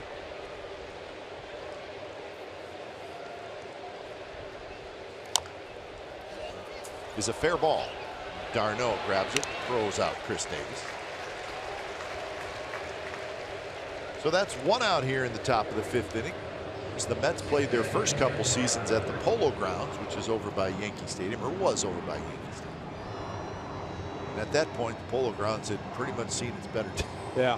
You know, I think on to Shea. Yeah, we always have to wonder at the what ifs. You know, if the Dodgers had not moved to Los Angeles, would Roy Campanella, you know, I mean, I guess things are meant to be when they happen, but it's unfortunate when they were moving. He was in a car accident, I guess, on some ice and ended up being paralyzed. Never got to play with the Dodgers in Los Angeles. But I'd heard when the Brooklyn Dodgers left Brooklyn that they were going to be the only team, and Walter O'Malley, I think, went to Horace Stoneham and said, hey, I'm going, you got to come with me. We got to have 2 teams on the West Coast. Really, you had to have 2. Yeah, you had to, because you couldn't have 1 team west of the Mississippi in Los Angeles. So they had 2, and now, of course, more than that. Many. Bruce is going to get there. Yeah, at that point, the furthest team west, correct me if I'm wrong, right, was the St. Louis Cardinals. Yeah, think about that. That's amazing. Yeah, you had Chicago and up and down. St. Louis, and that's it. Yeah. Yeah, you could not send 1 team out west by itself. Well, and until really went west, everything was by train. Travel was by train, which had to be tremendous. You know, I've seen some of the old movies of the Yankee Clipper and the DiMaggio and the Garys when they were traveling by train, and Babe Ruth, and that looked like fun. You know, you get on a train and travel from city to city. But you can also, if you just think about it, and people have had their teams move, but if you think about how great New York was when they had 3 teams, and then 2 of them leave in the same year. That's right. How about that?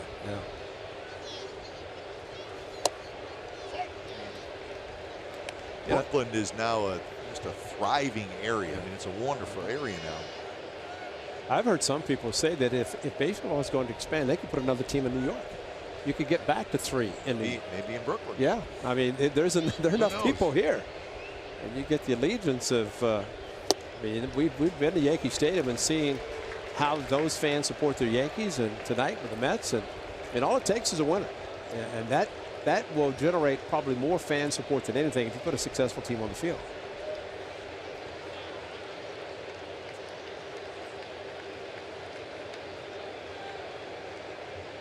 One and 2 the count to Bruce Maxwell.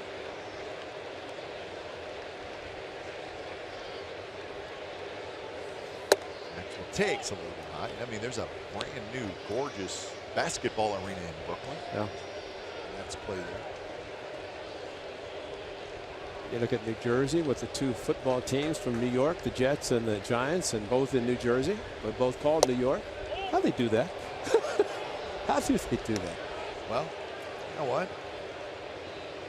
If the 2 football teams in the Bay Area would do it, one of them wouldn't be leaving. That's a good point. That's a great point. And they could both be in California. Playing the same state. Yeah, that's amazing. 2 to Maxwell. Not close. So Wheeler shows a little frustration. Well, try to throw a curveball 3-2 and you got a 97 fastball. Time now for the deep drive of the game. How about Matt Chapman? He's hit 3, and 2 have been tape measures. This probably longer than one he hit in Oakland against Kluber. This was a 1-2 fastball. They tried to elevate. They made a mistake, so it went second deck. It's over the great deal. So Matt Chapman, a long home run. And when you get a 2-strike fastball that far, it says something about your ability to generate a lot of bat speed. So they go back to the little slider. Bruce coming in. Bruce has it side retired. So the walk, a runner left. We're going to the bottom of the 5th. A's still leading 5-0.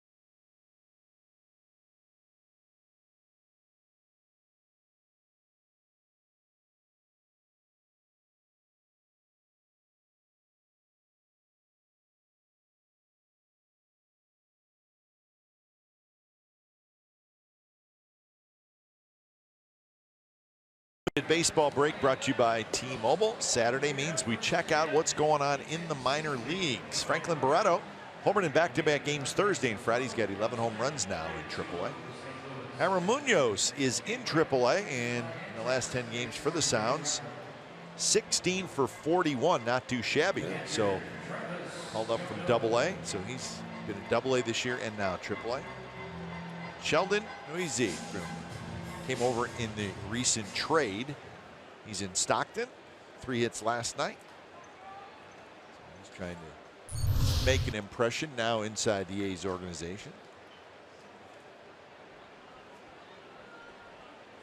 And here at the big league level, the A's are winning 5-0 behind Sean Manaea, who pumps a strike in there to Travis d'Arnaud.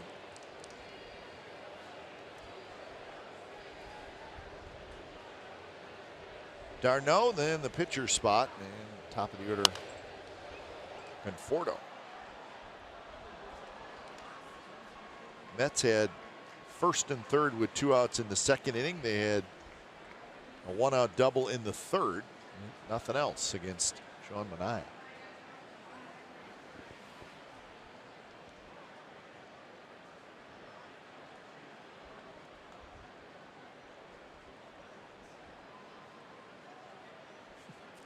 That's Travis d'Arnaud, up close and personal.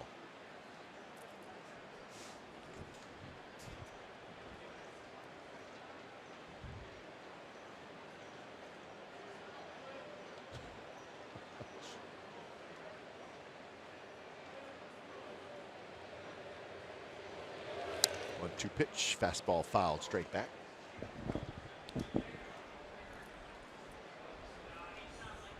So action out in the bullpen. That's Josh Smoker, a left-hander. You know what that means? Pitcher's not going to hit. Matt Reynolds is in the on-deck circle, a right-handed hitter.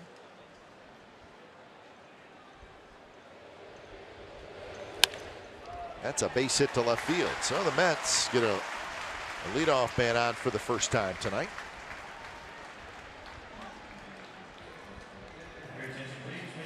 So here's Reynolds.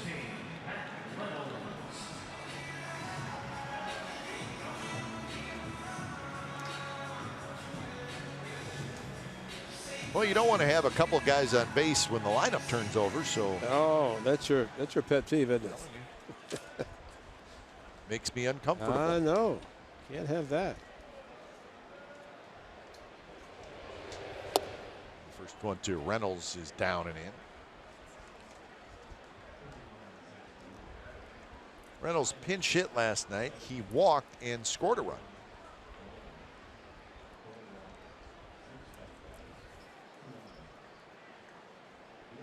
Reynolds hit in the 7th inning last night, and he scored on the second Conforto home run.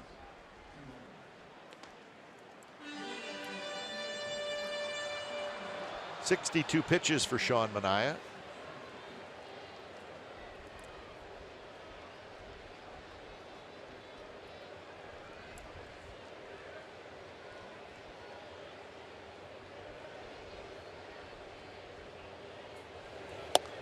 In for a strike, and the count 1-2. One of the better pitches right there thrown by Sean Manaea. It goes back door with a hard slider, catches the outside corner. Of course, he can throw the same slider hard down and in. So to have 2 pitches, really different location, different type of pitches, but a slider nonetheless. And well, if he gets the outside corner the way he does with the fastball and the slider, it becomes almost unhittable.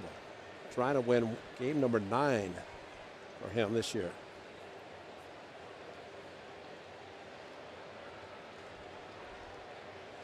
One-two pitch, swing and a miss. Took a little bit off of that slider. So second strikeout. Well, it goes back over the slider, then a slider down out of the strike zone. And gets the strikeout, and an excellent pitch. So 57% fastballs, pretty high amount of changeups. Slider's been a great pitch. So he doesn't throw the slider a huge amount, but when he does, it's good. Yeah. So he saves it for the good time, like that time.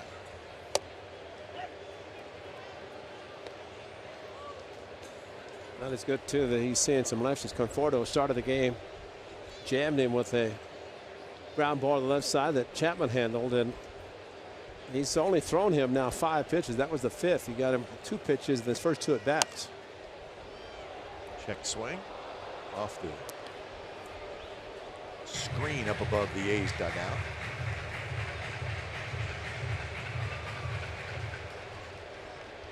Conforto has grounded to third and grounded to short. Of course, the shift is on. Pitch count from Manaea. In decent shape. Good that pitch count did not include the 4 fingers. That's always good. But that's right. Catching a walk, you just put up 4 fingers. You can't count the pitches because he didn't throw.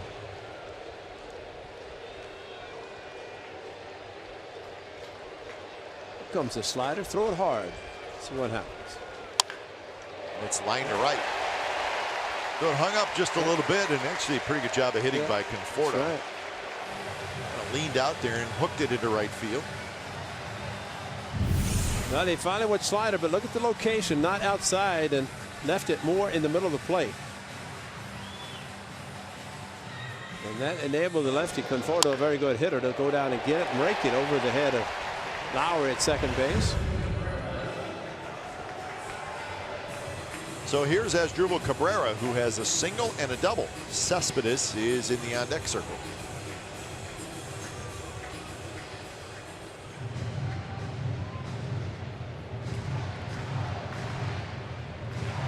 Now, if Cespedes comes up with a chance to do some damage, this crowd will get into it.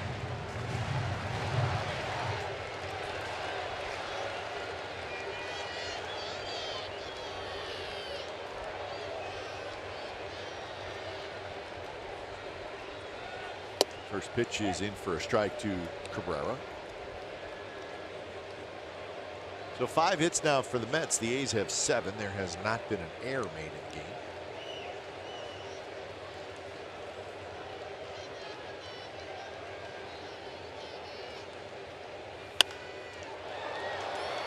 Playable for Joyce, who backs up. Darno tags. Darno will hustle over to third. So first and third, 2 outs, and here comes Cespedes.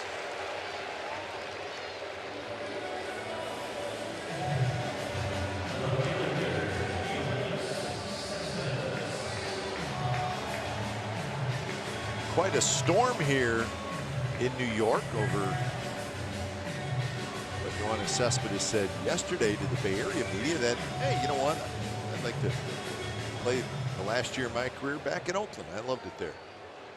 And you would think that he said he's quitting the Mets and leaving tomorrow. Said that Terry Collins is the worst manager he's ever played for. Talk about something blown incredibly out of proportion. Only in New York. Well, it's exactly right. That part right there. Only in New York would that happen. Kevin Long said that he made a statement when he was with the Yankees about a Yankee player. And he said so many nice things except one. And of course, they ran with the one thing. And he went to the player and said, and the player said, yeah, I know it's New York. Don't worry about it. But I mean, they take a whole bunch of stuff and they take one thing to turn it negative. And that's what happened. There's Kevin Long, formerly with the Yankees, now in New York in the National League, an excellent hitting coach. So Cespedes said, you know, Bob Melvin is the best manager I played for. Okay. But it turned into they were throwing Terry Collins under the bus. Yeah, right. So Cespedes flies out to right field. A couple of Mets stranded. So Manaea's been good through 5. 5-0 A's.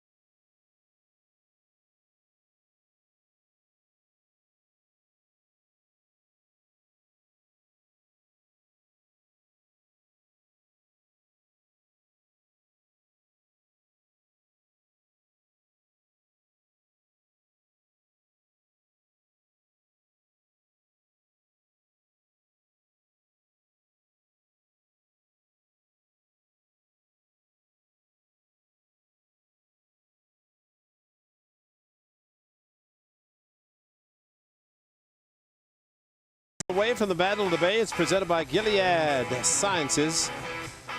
As the A's host the Giants July the 31st and August the 1st. Bay Area Supremacy is on the line as we rekindle memories of 1989. Plus giveaways for each game. Welcome to the Beast Bay t-shirt on Monday and Hella Hustle towels on Tuesday. But visit athletics.com/bay for all the information. That's athletics.com/bay. Athletics.com.bay. That's athletics.com/bay. Athletics.com/bay. So when it's time for change, think Speedy Oil Change and Auto Service, your trusted oil change, tune-up, and brake expert. So it's the lefty Josh Smoker coming in. 1-2, very high ERA in 29 innings. Smoker takes over for Wheeler. 5 innings, gave up the 5 runs. Pep, you know what they say about 5 innings at a National League or visiting park or a park where the visiting team's head? It's an official game. 5 innings. It's official. Smells like rain, too. Sure does.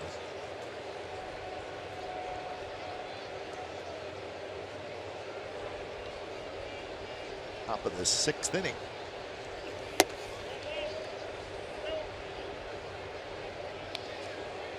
So 1-2 the count to Jacob Brugman. So it's the numbers for Wheeler right at 100 pitches. He did not have a 3-up, 3-down inning. Brugman will take it. Flips one to left for a hit. So Jacob Brugman is 2 for 3. As Brub went about not pinch hitting last night when 2 lefties on the bench. Jerry Levin's on the mound. He said, well, Bruce Maxwell's a better hitter against lefties than me. Well, he just proved right there he can hit lefties. 0-2 pitch, and great job of going opposite field. Inside out swing on a 93 fastball inside. And takes it sharply to left field. Base hit up the middle for Brugman after striking out his first at bat. Single to center. And a base hit to left. Sean Manaea bunts the first one foul.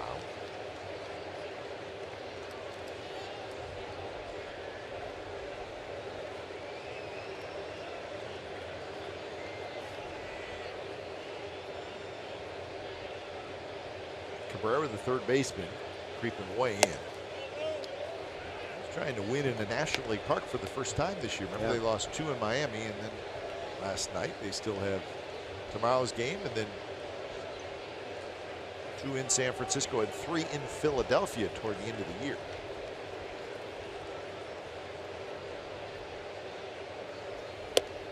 Strike called, 1-2.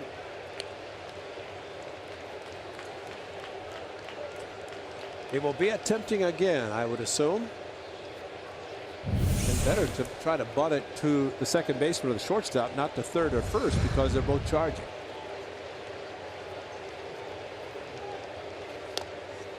Bunts it, and it's fair. Oh, how about that? Darno looked at second, and he had to decide, should I pick it up? Should I let it trickle foul? But it was not a sure thing that it was going to trickle foul. Seems like every ball cap that's been hit in front of home plate, it's kind of died. There's no movement whatsoever. So Sean Manaea with 2 strikes, deadened the ball so much that it dead right on the foul line, and it stopped. And Darno had to really pick it up and get the sure out at first. Sean Manaea stays right on the foul line. Matter of fact, I think it would have died.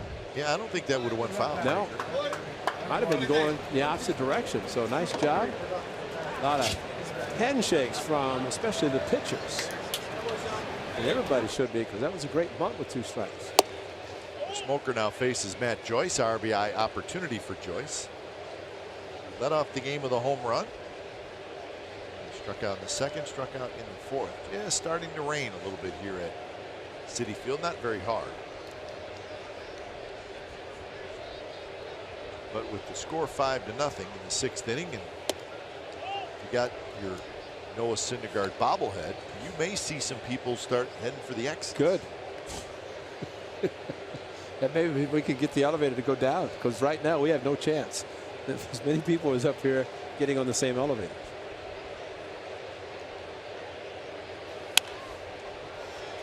Long run for Jay Bruce, but he'll get there. Makes the catch. He's got a pretty good arm, gets it in quickly, 2 away. And it'll be Marcus Semien. Wow, must be running quite hard. This was, I believe, strongly in the forecast. This was the time where it said around 9 o'clock it was going to start to maybe rain a little bit heavier.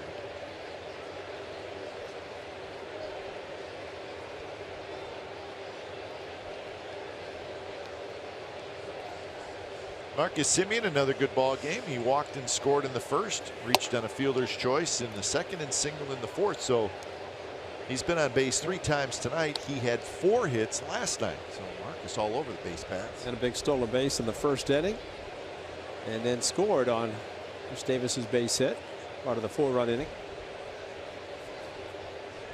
And Marcus at the 200 batting average, so that's good for him. He started at 192.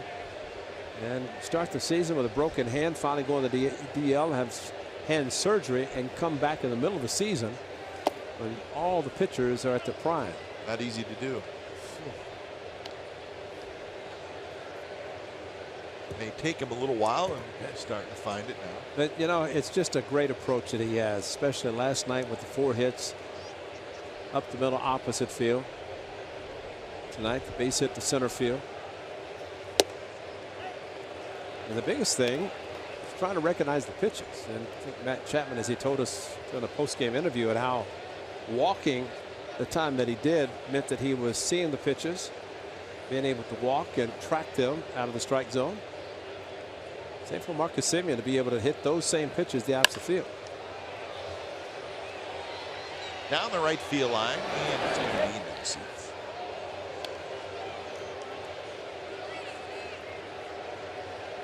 Do what you got to do to stay dry. Not going to give up that prime seed, huh? No.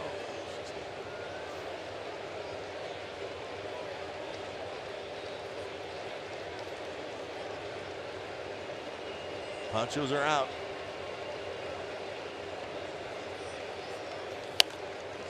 In a foul ball right back to the screen.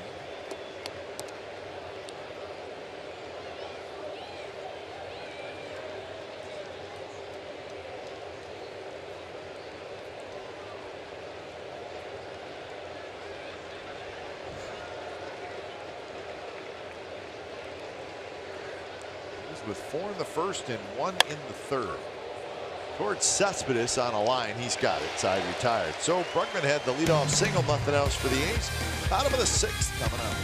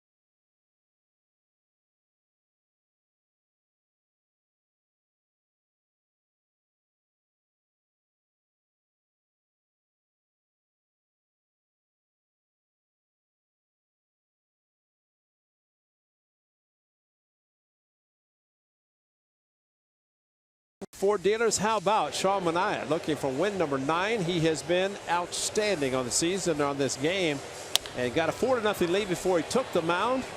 And Marcus Semien playing on a shift gets that out there. Marcus doing a great job swinging the bat, also playing defense. But Sean Manaea has been spectacular.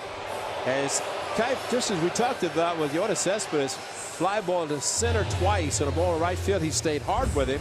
And so far not really getting around on his fastball. So Sean Manaea, 5 solid innings as he's looking for win number 9.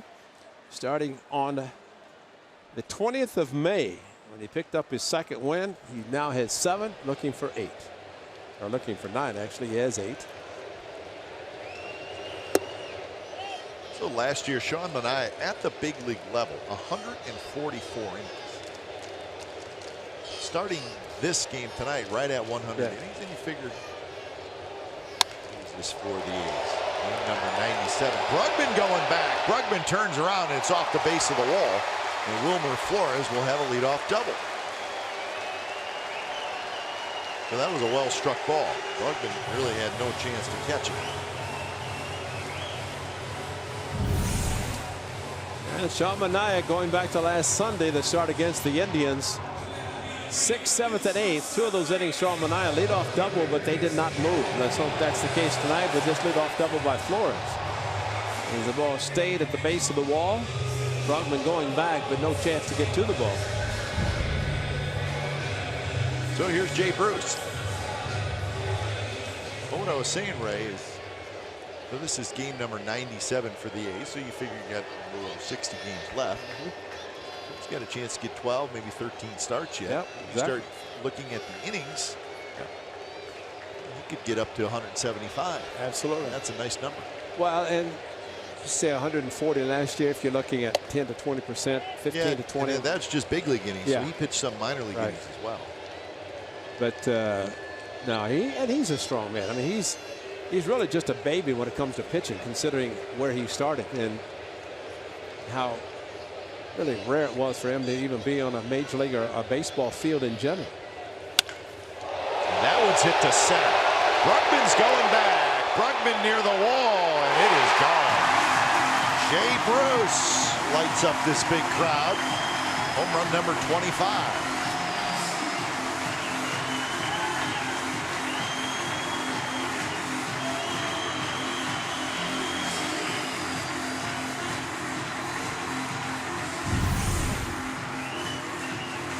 Well, Jay Bruce, it sounded great. Look at the elevated fastball, and Bruce says he has shown doesn't matter lefty or righty. And this ball crushed straightaway center. So few have tried to go to center and not been able to make it. But this one, no doubt. First home run given up by Sean since Kurt Suzuki actually had a 2 home run game. One of those against me now, an 0-2 fastball. And here's Rivera. Well, that makes things a little bit interesting. Now a 5-2 game.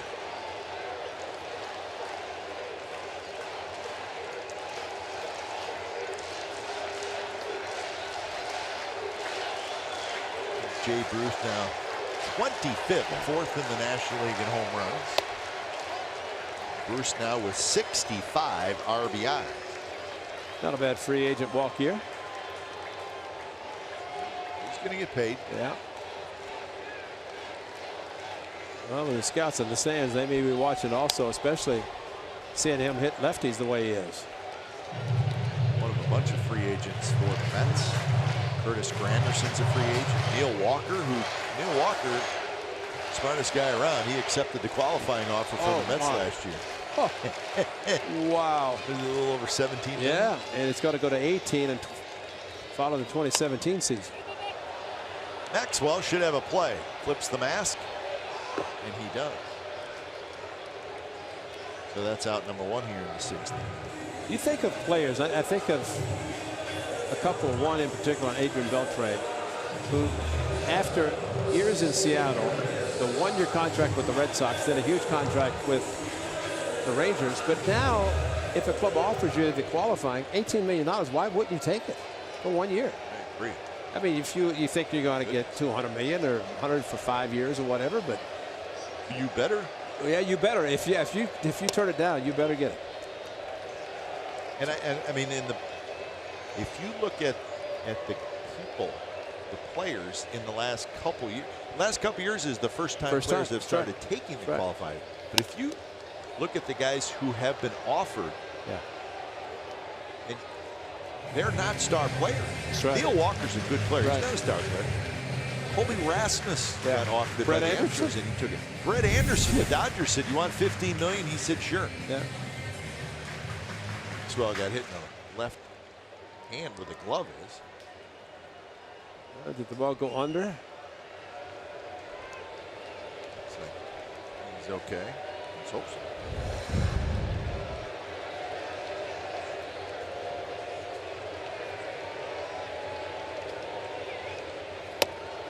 A little bit outside. So we're 2-1 the count to Jose Reyes. Trying to think. Jeremy Hellickson took that deal. That's right. Remember Jeremy Hellickson? He's with the Phillies now. Right. He took the qualifying offer for $17 million. Yeah. I mean, he's a good pitcher.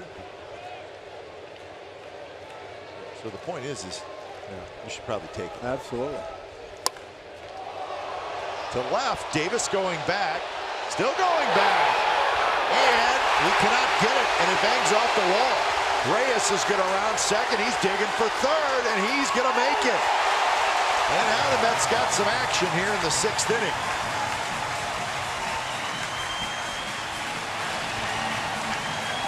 Second triple of the game for Reyes. Well, Chris Davis looked like he was back at the warning track. Looked like he had a chance to catch it. It's a 2-strike pitch, and just really got out in front, lofted it to left field. Chris Davis, good job going back on the ball, got to the warning track, jumped prematurely, but didn't have to jump. And then when he jumped and found out he didn't jump into the wall and fell down. He had plenty of room, just keep running, and then he would have hit the wall, but there when he jumped at that point. That's when he lost his balance, and it came very close to twisted his ankle, getting his leg caught under it. But the A's are going to play the infield back, which is what they should do. And the problem here is that you got the 8th place hitter, but you got pinch hitter now. Is that that's Granderson? And he's scary. Yeah. So now the crowd is alive as d'Arnaud steps in. It's a strike to d'Arnaud. Chapman, Simeon, Lauer are all playing their normal spots. Alonso has come in maybe 3 or 4 steps.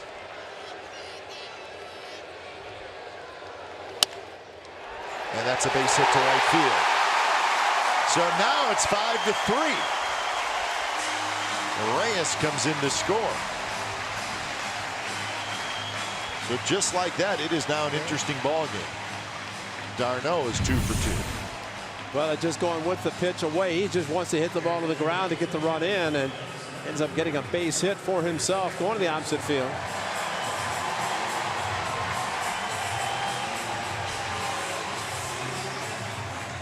So here's Granderson.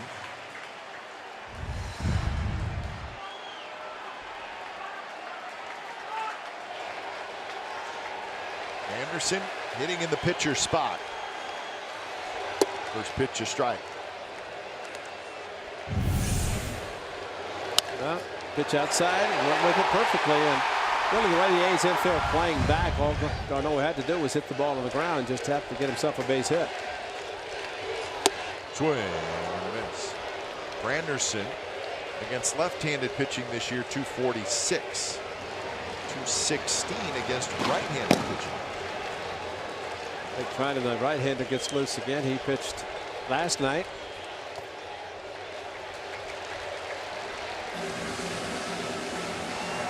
So 92 pitches now for Manaea. He's really rolling along, but he's given up 4 hits in this inning.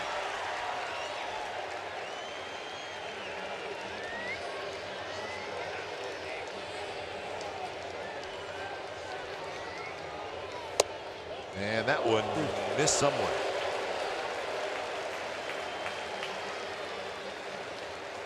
So 1-2. How close was it? Very close. Yeah, close enough. It could have been called a strike. And now it's 3-2. On deck is Conforto.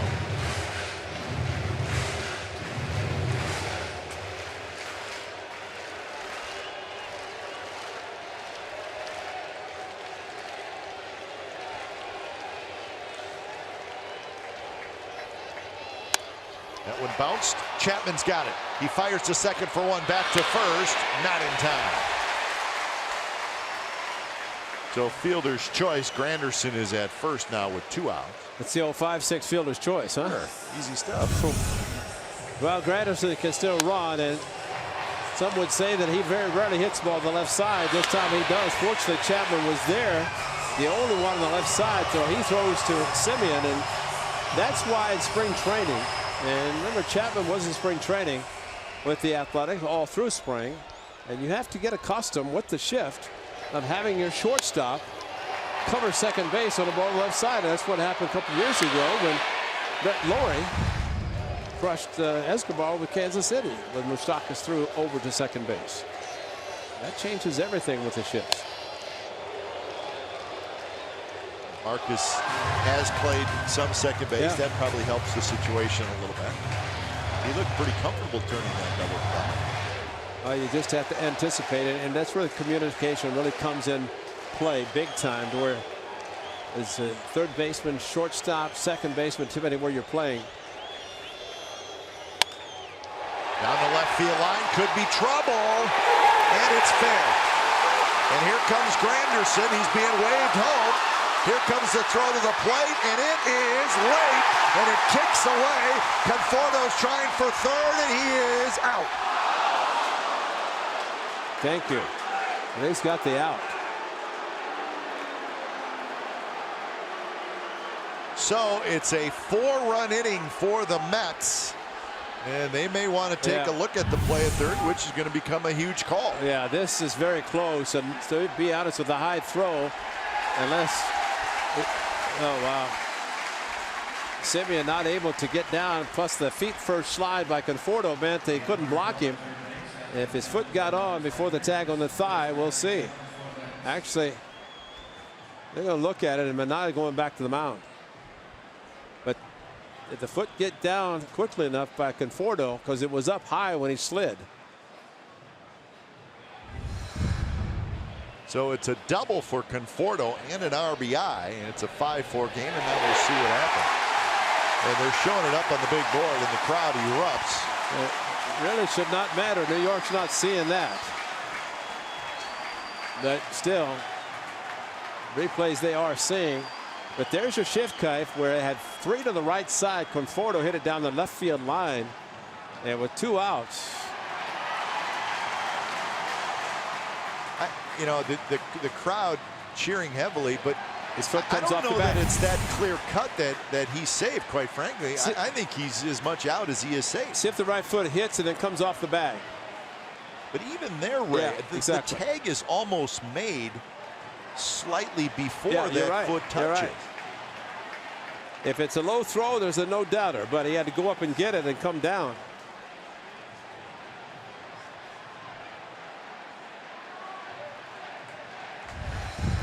Well, they called him out on the field. That's the critical part. As Brian Gorman's talking to New York. We are in New York. They're talking in Manhattan, maybe. But even the replay they showed on the big board, the crowd erupted. And to me, yeah, you're right. I just don't see that it's that clear that he's safe. Watch, the tag is right there. Yeah. There. And his foot's not on the bag. His foot's you're right. not quite on the bag yet, I don't believe. Well, maybe it is. But his See, right. That time the foot gets the bag right about there. There's the call. And that's hard to believe, because it was not definitive, and that's the problem this year. Now Melvin's got to go out, but that's the problem this year the A's have had to deal with. That normally the call on the field when it's not definitive enough, and that was not, but it got the call anyway.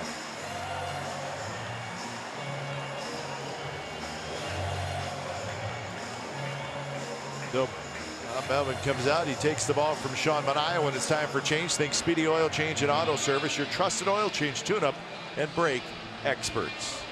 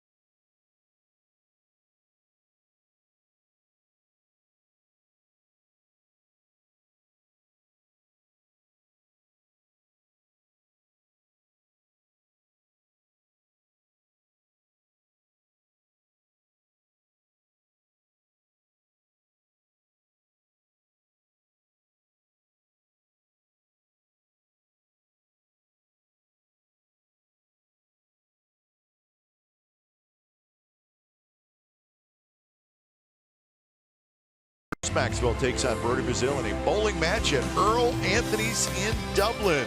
Bruce talks about his unorthodox journey to the big leagues, replacing fan favorite Stephen Vogt and the A's youth movement. All A's premieres tonight following post-game live. Look forward to seeing that. Right now, things have gotten a little too tight for our liking. Just like that, it's 5-4. 5 hits in this inning by the Mets, and they've scored 4 times. So 99 pitches for Manaea. He was just rolling along through 5. So here's Blake Trinan just to get that 3rd out, and that may be all he's in for, Ray. That's it. One out. Get the A's back in the dugout as he faces Asdrubal Cabrera. This pitch, a good one, down around the knee. So Conforto with the RBI double. He's 2 for 4 now. Conforto with the conventional feet first slide, which you don't see a lot of that anymore. As a result, with the feet first slide, you can't block the guy off like some infielders will do. Ryan jumps ahead 0-2, 99 miles an hour.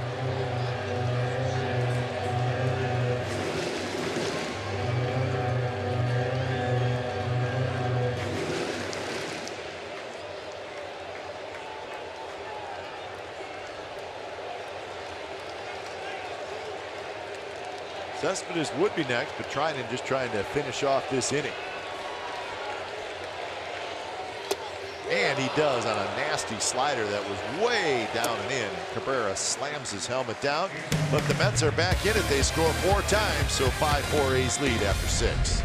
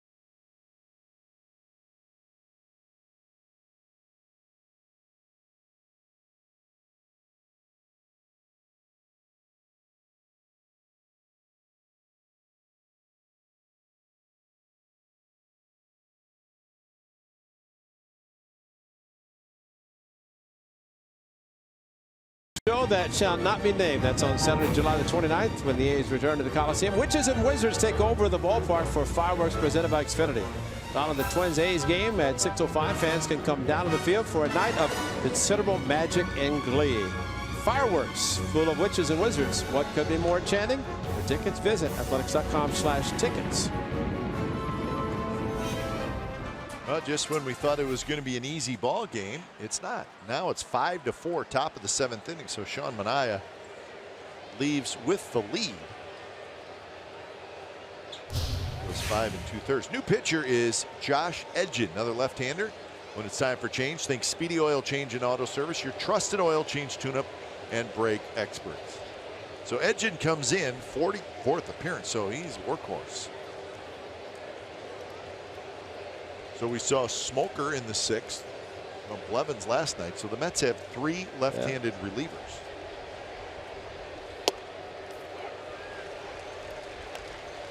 Alonzo Davis and Lowry for the A's. So call me crazy, Ray, but I wouldn't mind a couple insurance runs. Listen, I'll go right along with you. Crazy or not, that would be a good thing to do, because the A's, I mean, you think of Chapman's home run, that was a 2-strike pitch, a bad mistake made by Wheeler. Otherwise, this ball game's tied.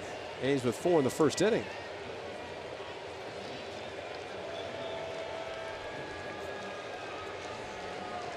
So 0-2 to Yonder Alonso. Edgin. Slider. Edgin's been up and down between the Mets and the minor leagues each of the last 5 years.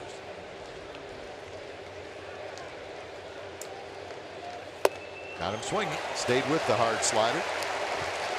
Yonder Alonso 1 for 4 now.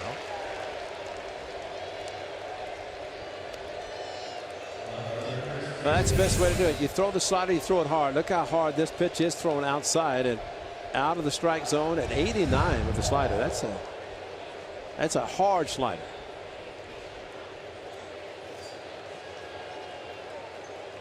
There's Chris Davis.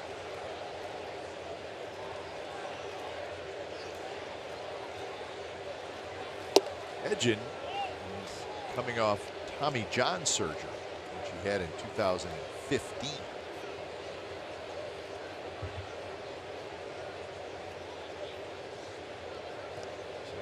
a couple years after that, he's probably feeling 100%. 1 miles an hour. And if you got a bionic arm, then he's feeling real good. Troy Percival, catcher, who went in for TJ surgery and came back as a hard throwing reliever. 300+ saves for the Angels, world champions in 2002. 3-0 now to Chris Davis. Tell the doctor to turn that tendon and wind it a little bit tighter. A couple of times around. Give me 5 years. 5 years, that'll get me about 100 mil.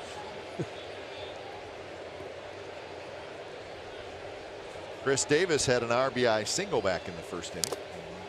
Takes a rip at that 3-0 pitch. Pretty consistent with the 3-0, and pretty good pitch by Edgins that was down.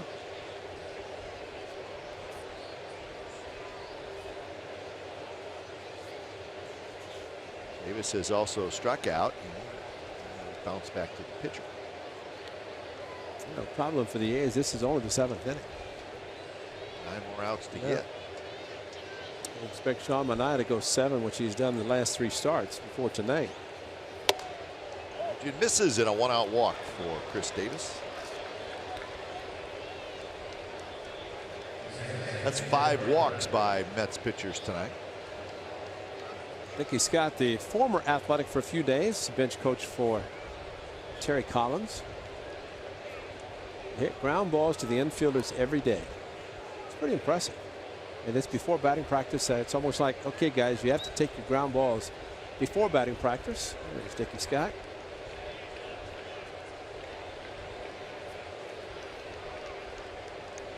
Pitch to Lowry. Easy first strike. Nicky was talking about how expensive it is to live in New York. Just realized that. Sticker shot.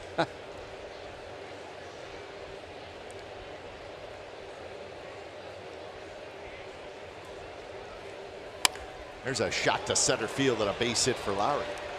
Great camera work. That ball coming right at the lens and right over the head of Edgins. Nice swing by Jed Lowry. Lefty started last night. Jed did not start. It was Adam Rosales. Lefty in tonight. Jed, big hit. Look at it coming right back at you. The hard slider down and right there. Put the glove up just a tad bit late. Oh, that's a great shot. Yeah, he's got something going here in the 8th inning, 7th inning. So Maxwell is the hitter.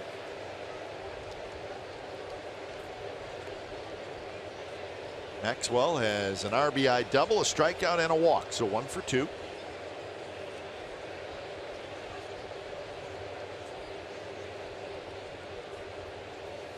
Conforto, the center fielder, shifted toward left center field, so the big gap is right center. So Robles pitched in last night's game. Cap, you mentioned 3 lefties for the Mets, and if Jerry Blevins, who faced 5 batters last night, is unavailable tonight, which I think he is unavailable.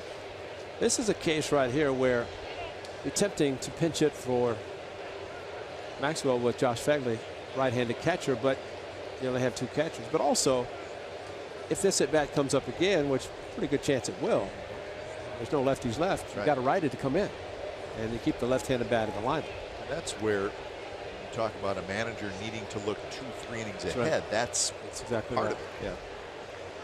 It's Josh Phegley, and so he sits, and Maxwell. Legend has it. He fires to second out there on the first double play. 1-6-3 double play, and the A's do not score. 7th inning stretch from Citi Field. A's 5, Mets 4.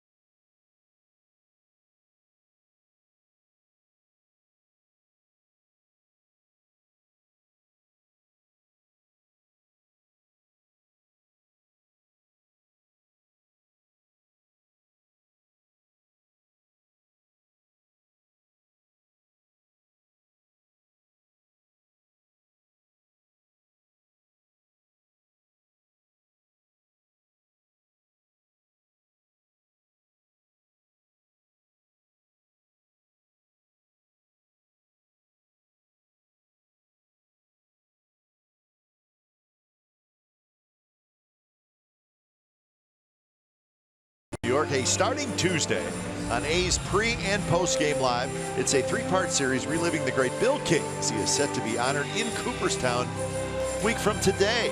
That's a big day for all of us that part of the A's. We're going to hear from Ken Korach, Greg Papa, John Miller to find out why the legend belongs in the Hall of Fame. Just one Hall of Fame, he could be in 3. How about that? I had 20 great years with the late Bill King. Awesome. 20 years. Between he and Lon Simmons, and they're both in the Hall of Fame. How great is that? That's going to be great. And you know what I'm doing, Kike, on the Hall of Fame weekend, I have interviews I did with both of them. Good. Lon on Friday night, the late Bill King, both of them late on Saturday, and hope to put together something. Rock Raines, Tim Raines going in on Sunday, all at one time with the Athletics.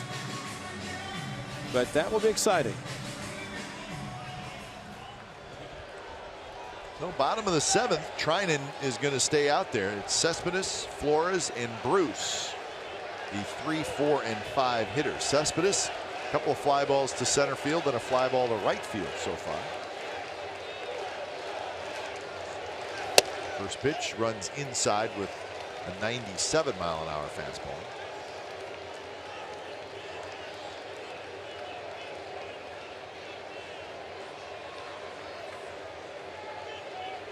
Trinan struck out Cabrera with the tying run at 3rd to end the 6th inning. And that is a fair ball. Cespedes is out, 1 out. That's exactly. See how it's spun. That's the key.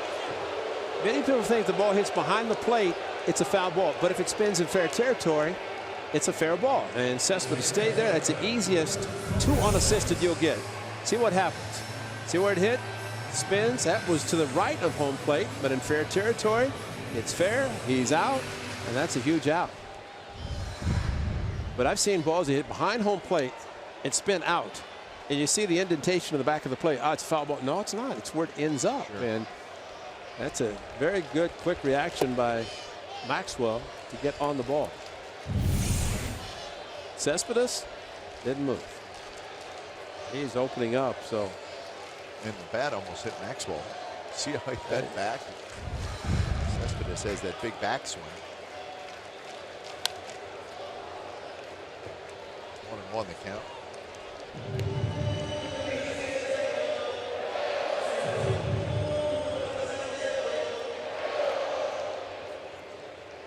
Do you remember Cespedes' his time with the A's? We saw him for what, 2.5 years?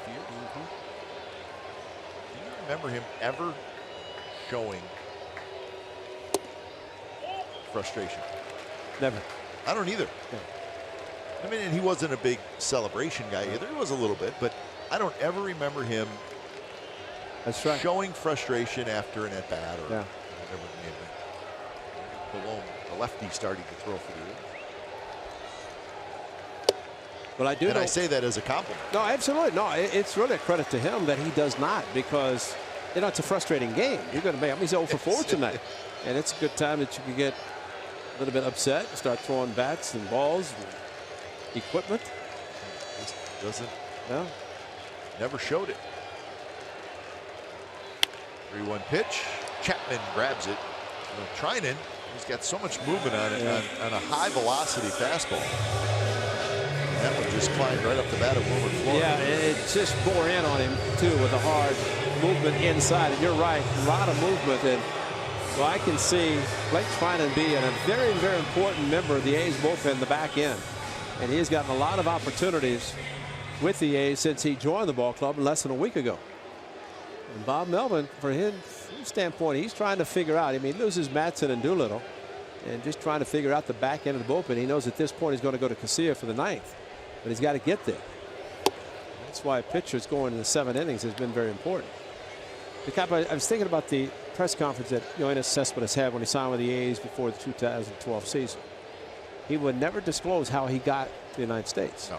And, you know, many would say the pressure is to get here to the big leagues under normal circumstances. In the case of Cespedes and many of those who were able to get to this country out of Cuba, Yalinder Alonso, we've heard his story, and Cespedes, you could kind of see the demeanor of saying, listen, my pressure was getting here to be able to enjoy this great game. But on the other hand, to your point, I think it's great because you take that frustration to the next at bat. Sure. What good does it do? You know, He's seen a lot worse. Exactly. Yeah. Great inning by Blake Trinan, and we're moving to the 8th. 5-4 A's lead.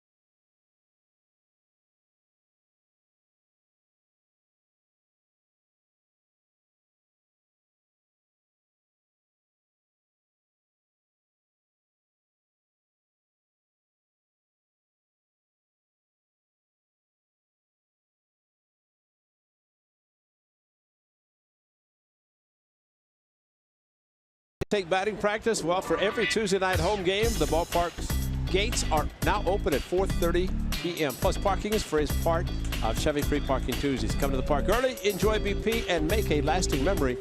And man, if you could come early enough during that time and you watch the infielders take the ground balls and throw to second base, that is a thing of beauty to watch them. And to take batting practice against the coaches throwing about 60 miles per hour, they hit moonshots and monster shots. I actually enjoy watching guys take ground balls as much as I do watching batting. That's right. I agree. That's a great point. And Chapman had a big swing and he popped it up. Cespedes hustling in, and Cespedes is going to get it. Like Chapman may have got a pitch to hit there and he just missed it. Well, ever since, I mean, he had a fastball against Kluber that hit off the back wall way up high near the sweeps, and fastball tonight off Wheeler went second deck. He's going to get a lot of soft offerings until he hits the breaking ball, which he did against Kluber for his first major league home run. So we're going to have a pinch hitter for Brugman. It's going to be Rajai Davis. This is the ace spot in the order. And the pitcher spot is next, and Healy has come on. Hale on the bench. And again, we wish the Kotsay family, Mark Kotsay, who left the club when the A's were in St. Petersburg, go home to be with his daughter. And again, we hope the Kotsay family doing well under the very serious circumstances. So Chip back on the bench. Steve Scarsoni at third. Rajai Davis trying to continue his hot streak. Swing the bat, get on base, and make something happen. Slider, good one for a strike.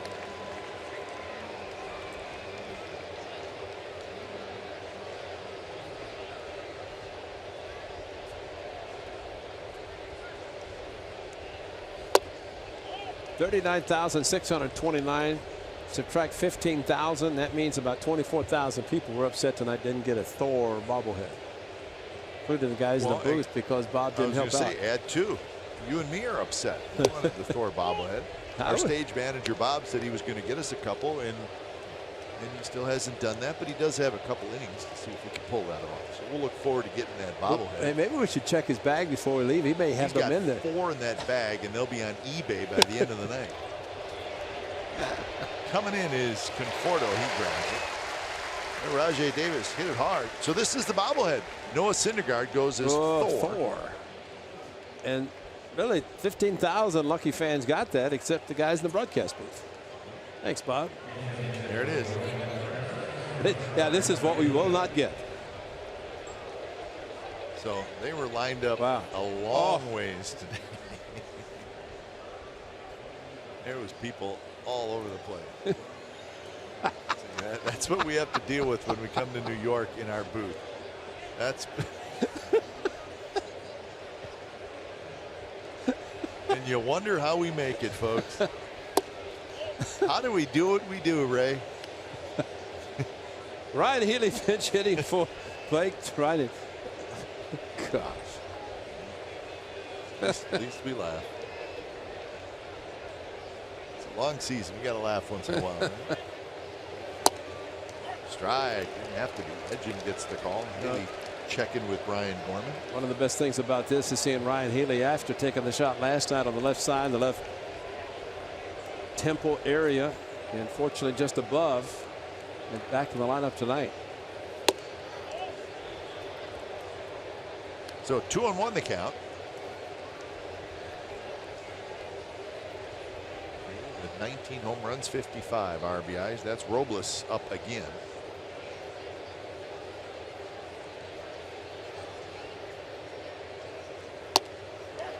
You got to give Edgin some credit. He got the big double play to end the 7th inning. He's trying to have a 3-up, 3-down 8th inning. Well, it looks like Liam Hendricks has the 8th inning. So Daniel Coulomb, of course, Daniel's still the lone lefty in the A's bullpen. Good take by Healy, full count.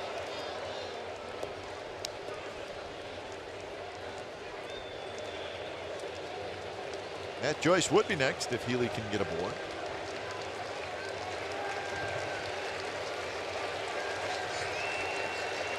Payoff pitch, here it is. And it's hit hard into left field, a base hit. Cespedes over there to cut it off. And the ball kicks away from the second baseman Flores, but Rivera is backing it up. Well, make sure you join us tomorrow. The A's wrap up this 3-game interleague matchup against the Mets. It'll be Daniel Gossett against Rafael Montero. Our coverage begins at 9 a.m. with the A's pregame live. You can now stream the A's on the go with NBCSportsCalifornia.com and the NBC Sports app. So that'll be tomorrow, and then it's on to Toronto. And that's a 4-game series in Toronto. 3 night games and then a day game on Thursday. Blue Jays 10 games back in the AL East. They're 44-52 coming into today. So they're disappointed with the way things have gone. They've been banged up. Not playing as well as they figured they would this year. But still dangerous. Yeah, they're very dangerous, and sure we're going to find out what they're thinking about, any moves that they might make.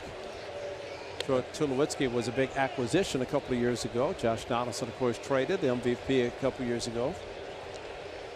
Yeah, they got to decide if they're going to, because they have people that are attractive. Absolutely.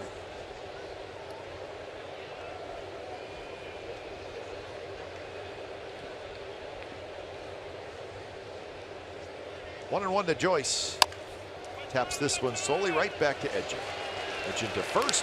Side retired, so a hit and a runner left. Bottom of the eighth coming up. It'll be Rivera, Reyes, and Darno. 5-4 A's.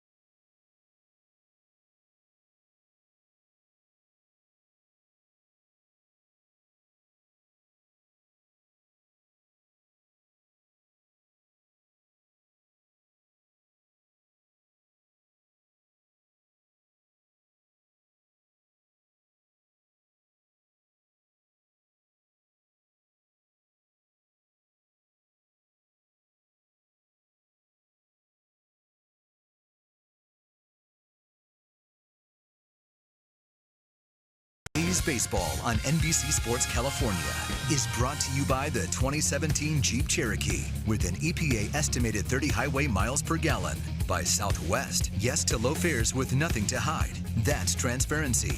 By Toyota, the full-line automaker with the longest lasting vehicles in America. Toyota, let's go places. By AAA, what does your insurance do when it's not doing insurance? It should do more. Go to AAA.com for more details. And by the all-new 2017 Chrysler Pacifica.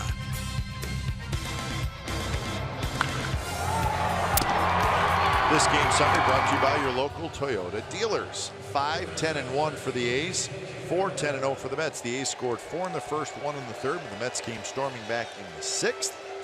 Sean Manaea was good through 5, wobbled a little bit in the 6th inning, and he came out after 5 2/3. Joyce with a home run, Chapman with a home run, Jay Bruce with a home run for the Mets. So it's going to be an interesting final inning and a half here at Citi Field.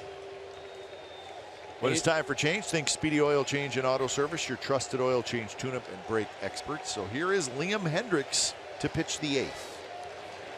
6 big outs for the Athletics, starting with Liam Hendriks. He faces T.J. Rivera, Jose Reyes, and Travis d'Arnaud, the 6, 7, and 8 hitters. Jay Davis now in center field after pinch hitting.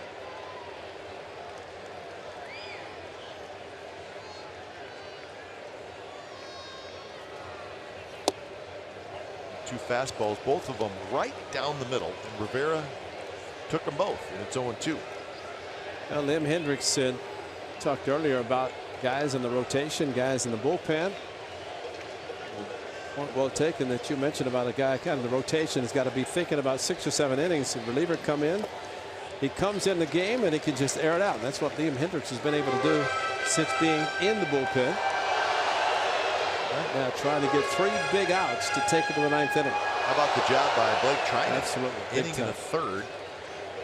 No hits, no walks, 2 strikeouts. He settled things down a little bit. Yes, he did. Yes, he did. Big time. Especially the big strikeout. And you know, one of the things, you look at the strikeout, 6th inning of Cabrera. A hard slider from Trinan. With the runner at third base, Bruce Maxwell made a great play and backhanded the ball and the slider that was down and in out of the strike zone. Ball gets away. It's a tie game, so Bruce Maxwell doing his job, handling the sharp breaking pitch. Rivera just barely got it.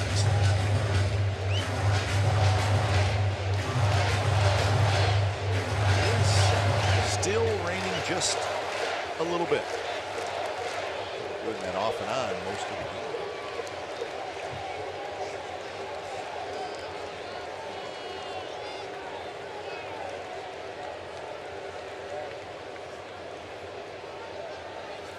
Pitch, fastball foul. National League West, the Yankees and the Mariners just getting underway. There is Fernando Salas, the right-handed veteran. Yankees with a 1-0 lead in the third up in Seattle. Texas leading the Rays 4-3 in the eighth in St. Petersburg. Good take by Rivera. Trying to get him to chase, he wouldn't do it. All of a sudden 3-2 after 0-2. Good fastballs, but he's ultimately going to come back probably with a fastball that he got the first 2 strikes. Just hope that he can get an out instead of something other than contact or an out. Fastball. Yeah, that's going to be a base hit to left field. So it was a fastball, maybe even a little up. And Rivera kind of got jammed a little bit. But you know the problem with that? And you can see fastball, 0-2, and then slider in the dirt, trying to get him to chase. He ultimately go back to a fastball. It really helps the hitter. That becomes more in the favor of the hitter because he figures he's not going to get another slider. He's going to get a fastball. Gets out in front and he pulls it. Now you have the dangerous Jose Reyes. Reyes has got 2 triples in this game. 9th time in his career that he has gotten 2 triples in a single game. That's hard to do. It is very hard to do. And he's been a triples guy his whole career.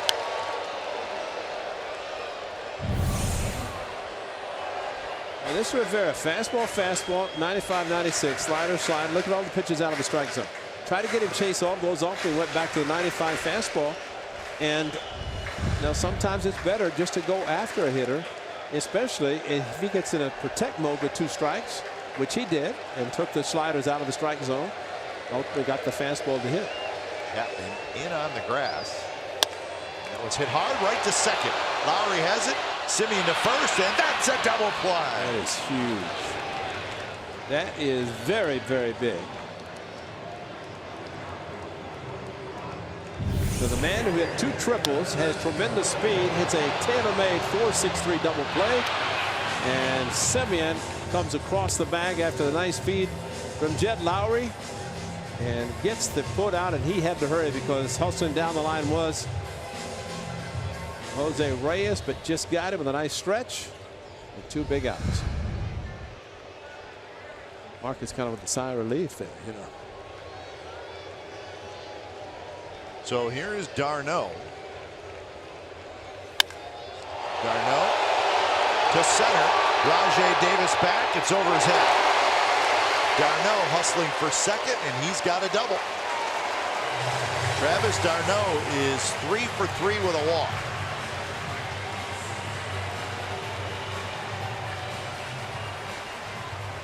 So it's not going to be easy tonight, is it? No, it's not. And Brugman got his work in, and look at this fastball. Look at the location. Man, that is all over me. Even a 94 hit me. And the only good thing about that was the fact is Duda's going to pitch hit, but the only good thing is the fact that pitch was at 94. And they're asking, is that the hitter? Now it's got Daniel Coulomb, the one guy. Bob Melvin wanted to make sure the announcement was made that Duda was the pinch hitter, and now he goes to Daniel Coulomb, who's only left in the bullpen. So a matchup with the game on the line. Coulomb against Duda.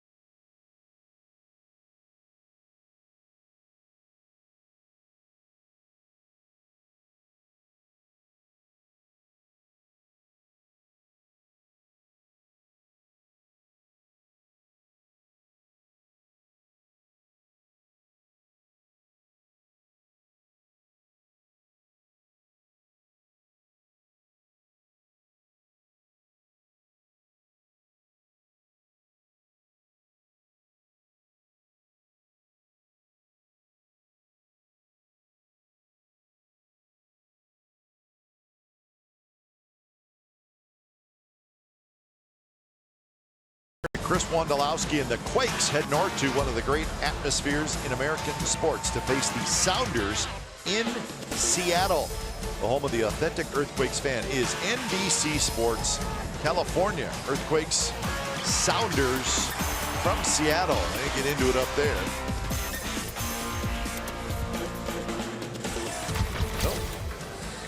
Here at Citi Field in New York, 39,000 in the house, and the game is on the line here in the bottom of the 8th inning with the tying run.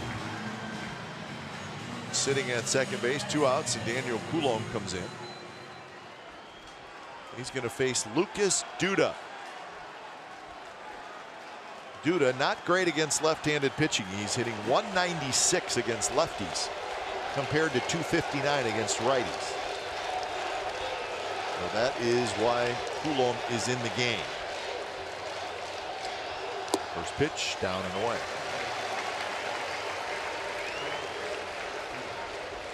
So 12 hits now for the Mets, 10 for the A's.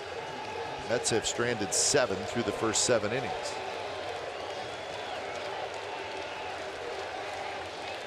Shift is on for Duda. Breaking ball and a pretty good take by Duda. Coulombe's got a good sharp curveball.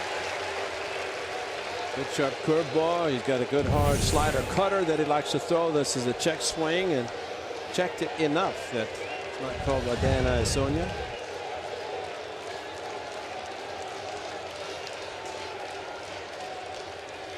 To a pitch, base hit center field.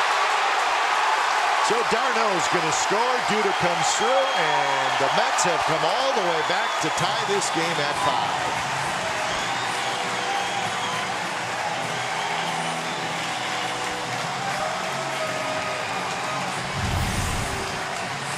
The ball ran inside and right back up the middle, and Daniel Coulombe tried to reach back but could not. And the shift planned him to the right side, and he went left to second base. Wow. Get the big double play with the fast Reyes, and then a booming shot to center, pinch hit, base hit, tie game, bottom of the 8th. Here's Conforto, the leadoff hitter. And that fastball zips past his head to the backstop, and Duda's going to go to second. Right, there had to be a little frustration in that pitch from Daniel Coulombe. Supposed to be down and away, up and in. No way for Maxwell to get to the ball as he was down and away. Wasn't even close.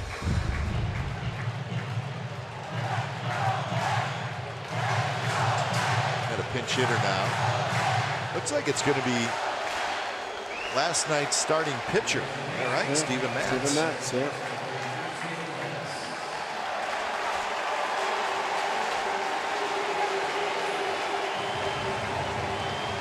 So Matz, the pinch runner.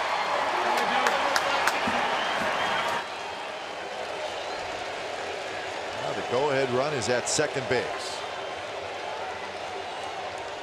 1-0 pitch is a strike. The Mets have just one extra player left now, and that's the catcher Rene Rivera. So you don't want to use him if you don't have him. And that's why you got the pinch runner and get a little bit more speed than Duda. You can get a pitcher who's not going to be pitching.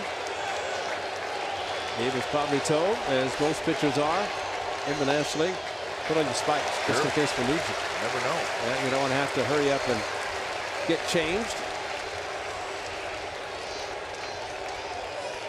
Castro quickly warming up.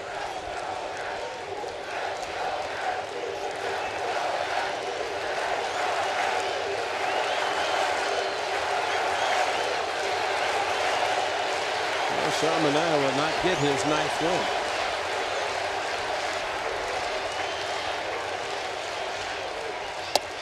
A curve that spins inside, and now it's 3-1 with Asdrubal Cabrera waiting in the on-deck circle. Well, Conforto almost swung at it. He decided to hold up. Watch him start his swing with the hanger coming in and started and not offer at it.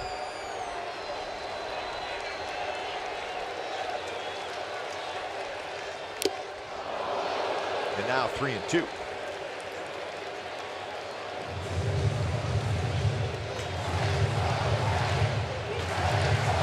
outfielders on the right side. Chapman, the lone man on the left side.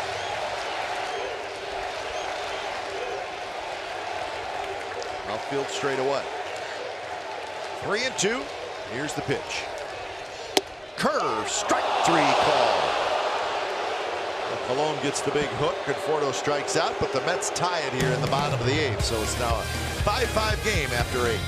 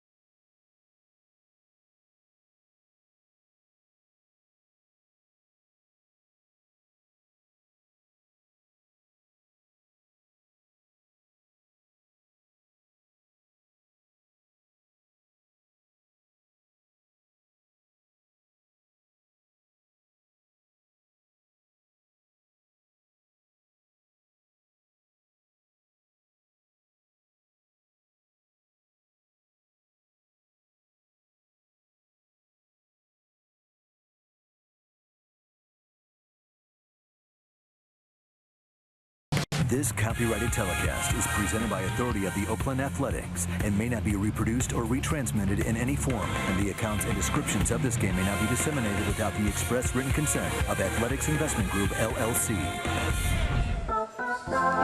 MLB.com at Bat is your #1 mobile app for live A's baseball. Stay connected with a fully customizable experience.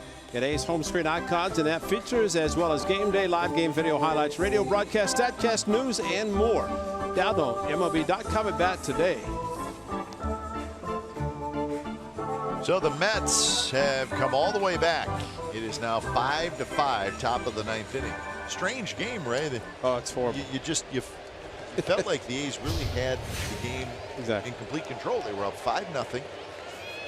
Sean Manaea pitching great, but then Sean Manaea threw 5 innings, 5 hits, and had trouble. He had runners on base, but made good pitches to get out. All of a sudden, 5 hits, 4 runs in the 6th inning, and here we are, tied, top of the 9th.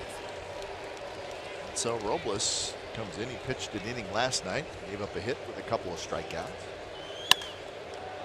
He's facing Simeon, Alonso, and Davis. Top of the 9th on a bit of a rainy night in New York. It's not rained hard, still light coming down.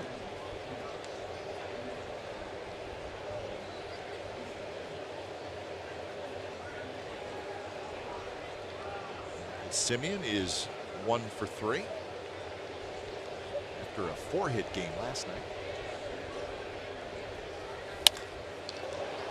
Center field shallow. Conforto is playing shallow, and he makes the catch. That's out number 1 here in the top of the 9th.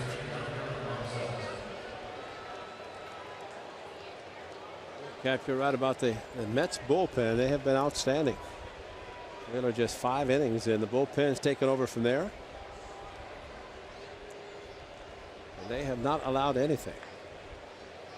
His last run they scored was in the 3rd inning, a solo home run by Matt Chapman. Otherwise, A's may be facing top of the 9th, trailing by a run, but at least that, from the A's standpoint, have gotten 5 to make it a tie game.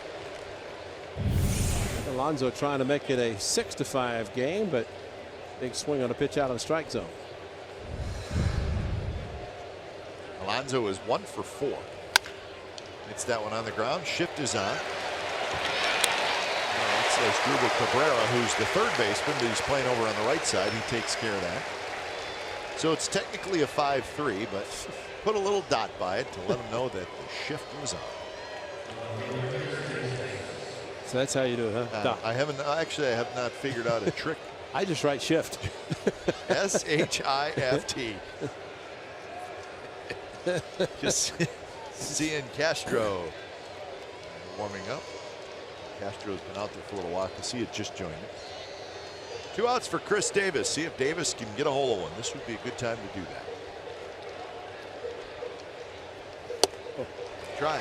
And there's a slider stay in the middle of the plate, but really for Chris Davis, with the outfield playing very deep, and he can go center, right, left, doesn't matter. This little slider cutter, it kind of stayed in the middle of the plate, but it had some off-speed action to it at 83.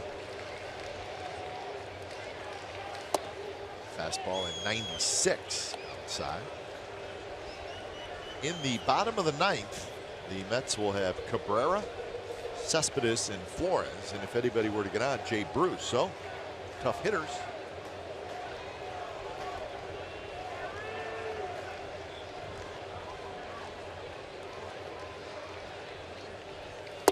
Swing and a miss. Nasty stuff by Robles.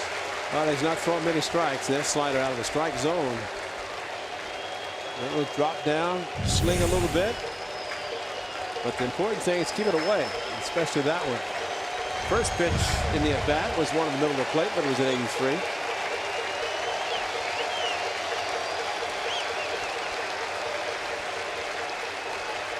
The 1-2. Robles trying for a 3-up, 3-down inning.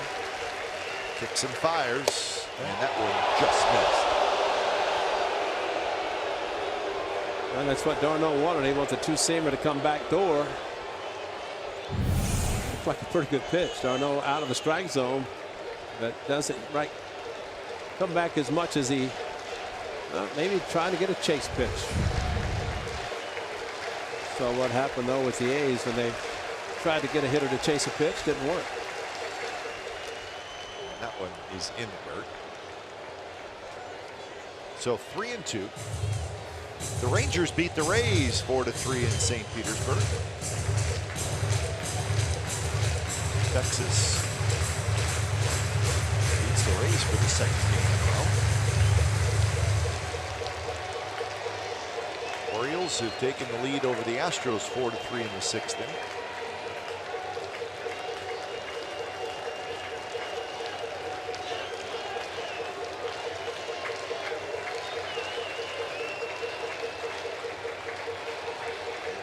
Pitch missed outside, so Davis walks for the second time.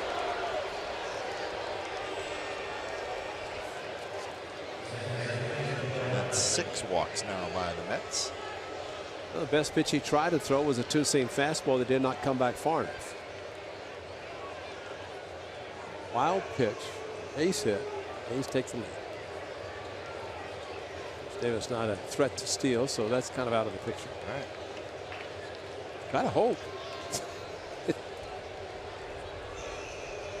Especially you have a 5-0 lead. Now you're tied and hoping for miracles. Lowry takes outside.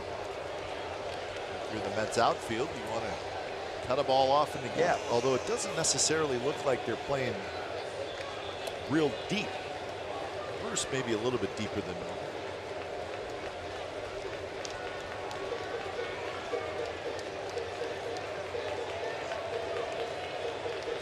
Lowry is 1 for 3 with a walk and a single and a run scored. Right field. Bruce is going to have room. Lowry just missed it, and the A's strand a runner. So bottom of the 9th from Citi Field, it's coming up. Mets and A's are tied at 5.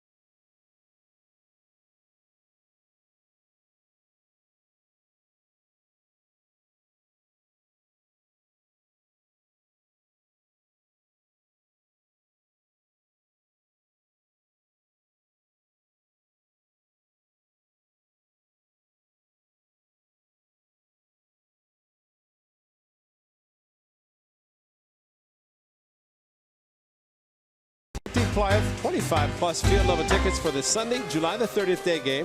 That's against the Minnesota Twins. Everyone in your group will receive a limited edition Big 3 bobblehead that features Barry Zito, Tim Hudson, and Mark Mulder. A group package is the only way to secure one of these amazing baubles.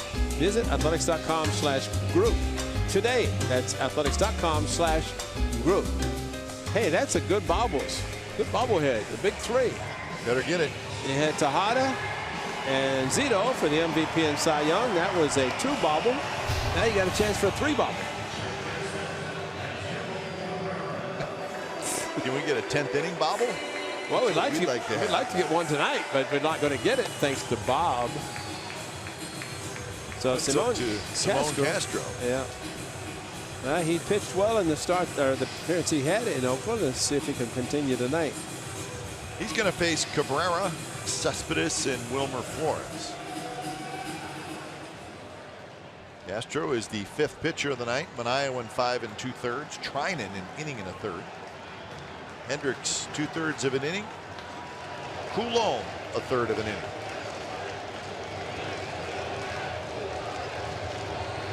Mets 4 in the 6th and then 1 in the 8th to tie it. Here's Cabrera to face Simone Castro. Big right-hander deals and a fastball away. Cabrera a single, a double, a fly ball to right, and a strikeout.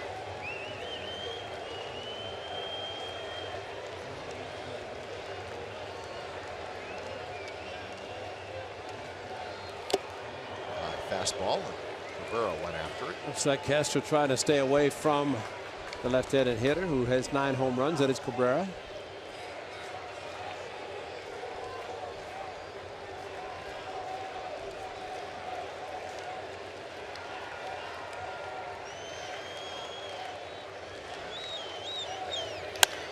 There's a line drive to right. Joyce is there, and he's got it. Got away with one. That was a mistake. Overthrew it. Got her in the inner part of the plate.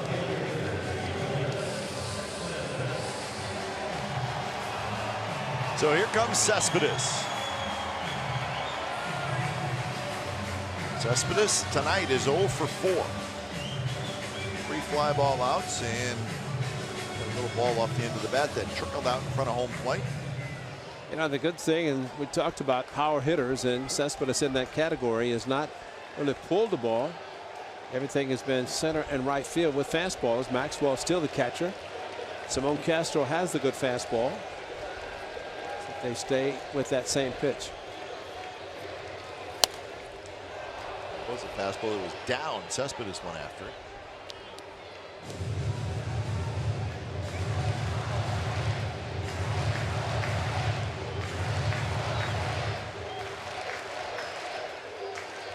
Cespedes last night had 3 hits.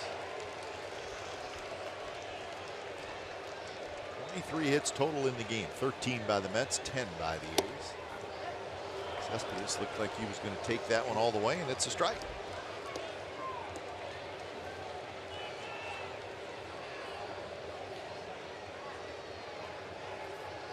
So 0-2.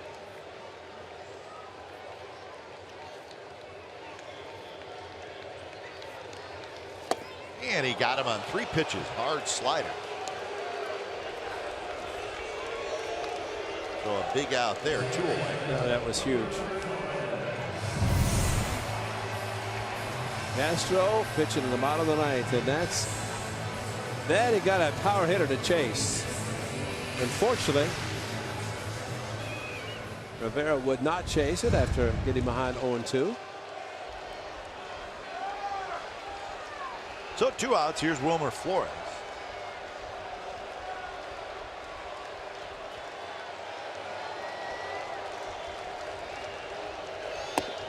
Flores is 1 for 4. He doubled and scored in the 6th. He scored on Bruce's home run. That was the first 2 runs of the game for the Mets.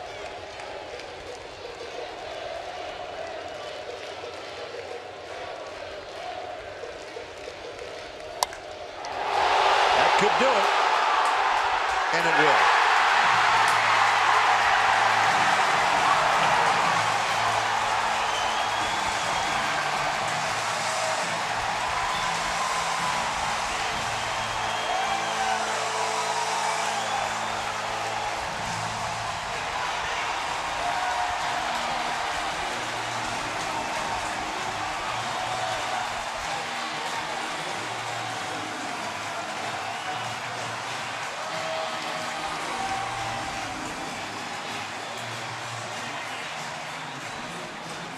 So a line drive home run by Wilmer Flores, and here's the pitch right down the middle. That shows it right there. At 96, it can still go. If you don't hit your location, that's what can happen. So the A's let a 5-0 lead slip away as the Mets score 4 in the 6th, 1 in the 8th, and Wilmer Flores wins it with a walk-off home run in the bottom of the 9th. So a very, very disappointing ball game for the Athletics. So they'll try to salvage the final game of the series tomorrow here in New York.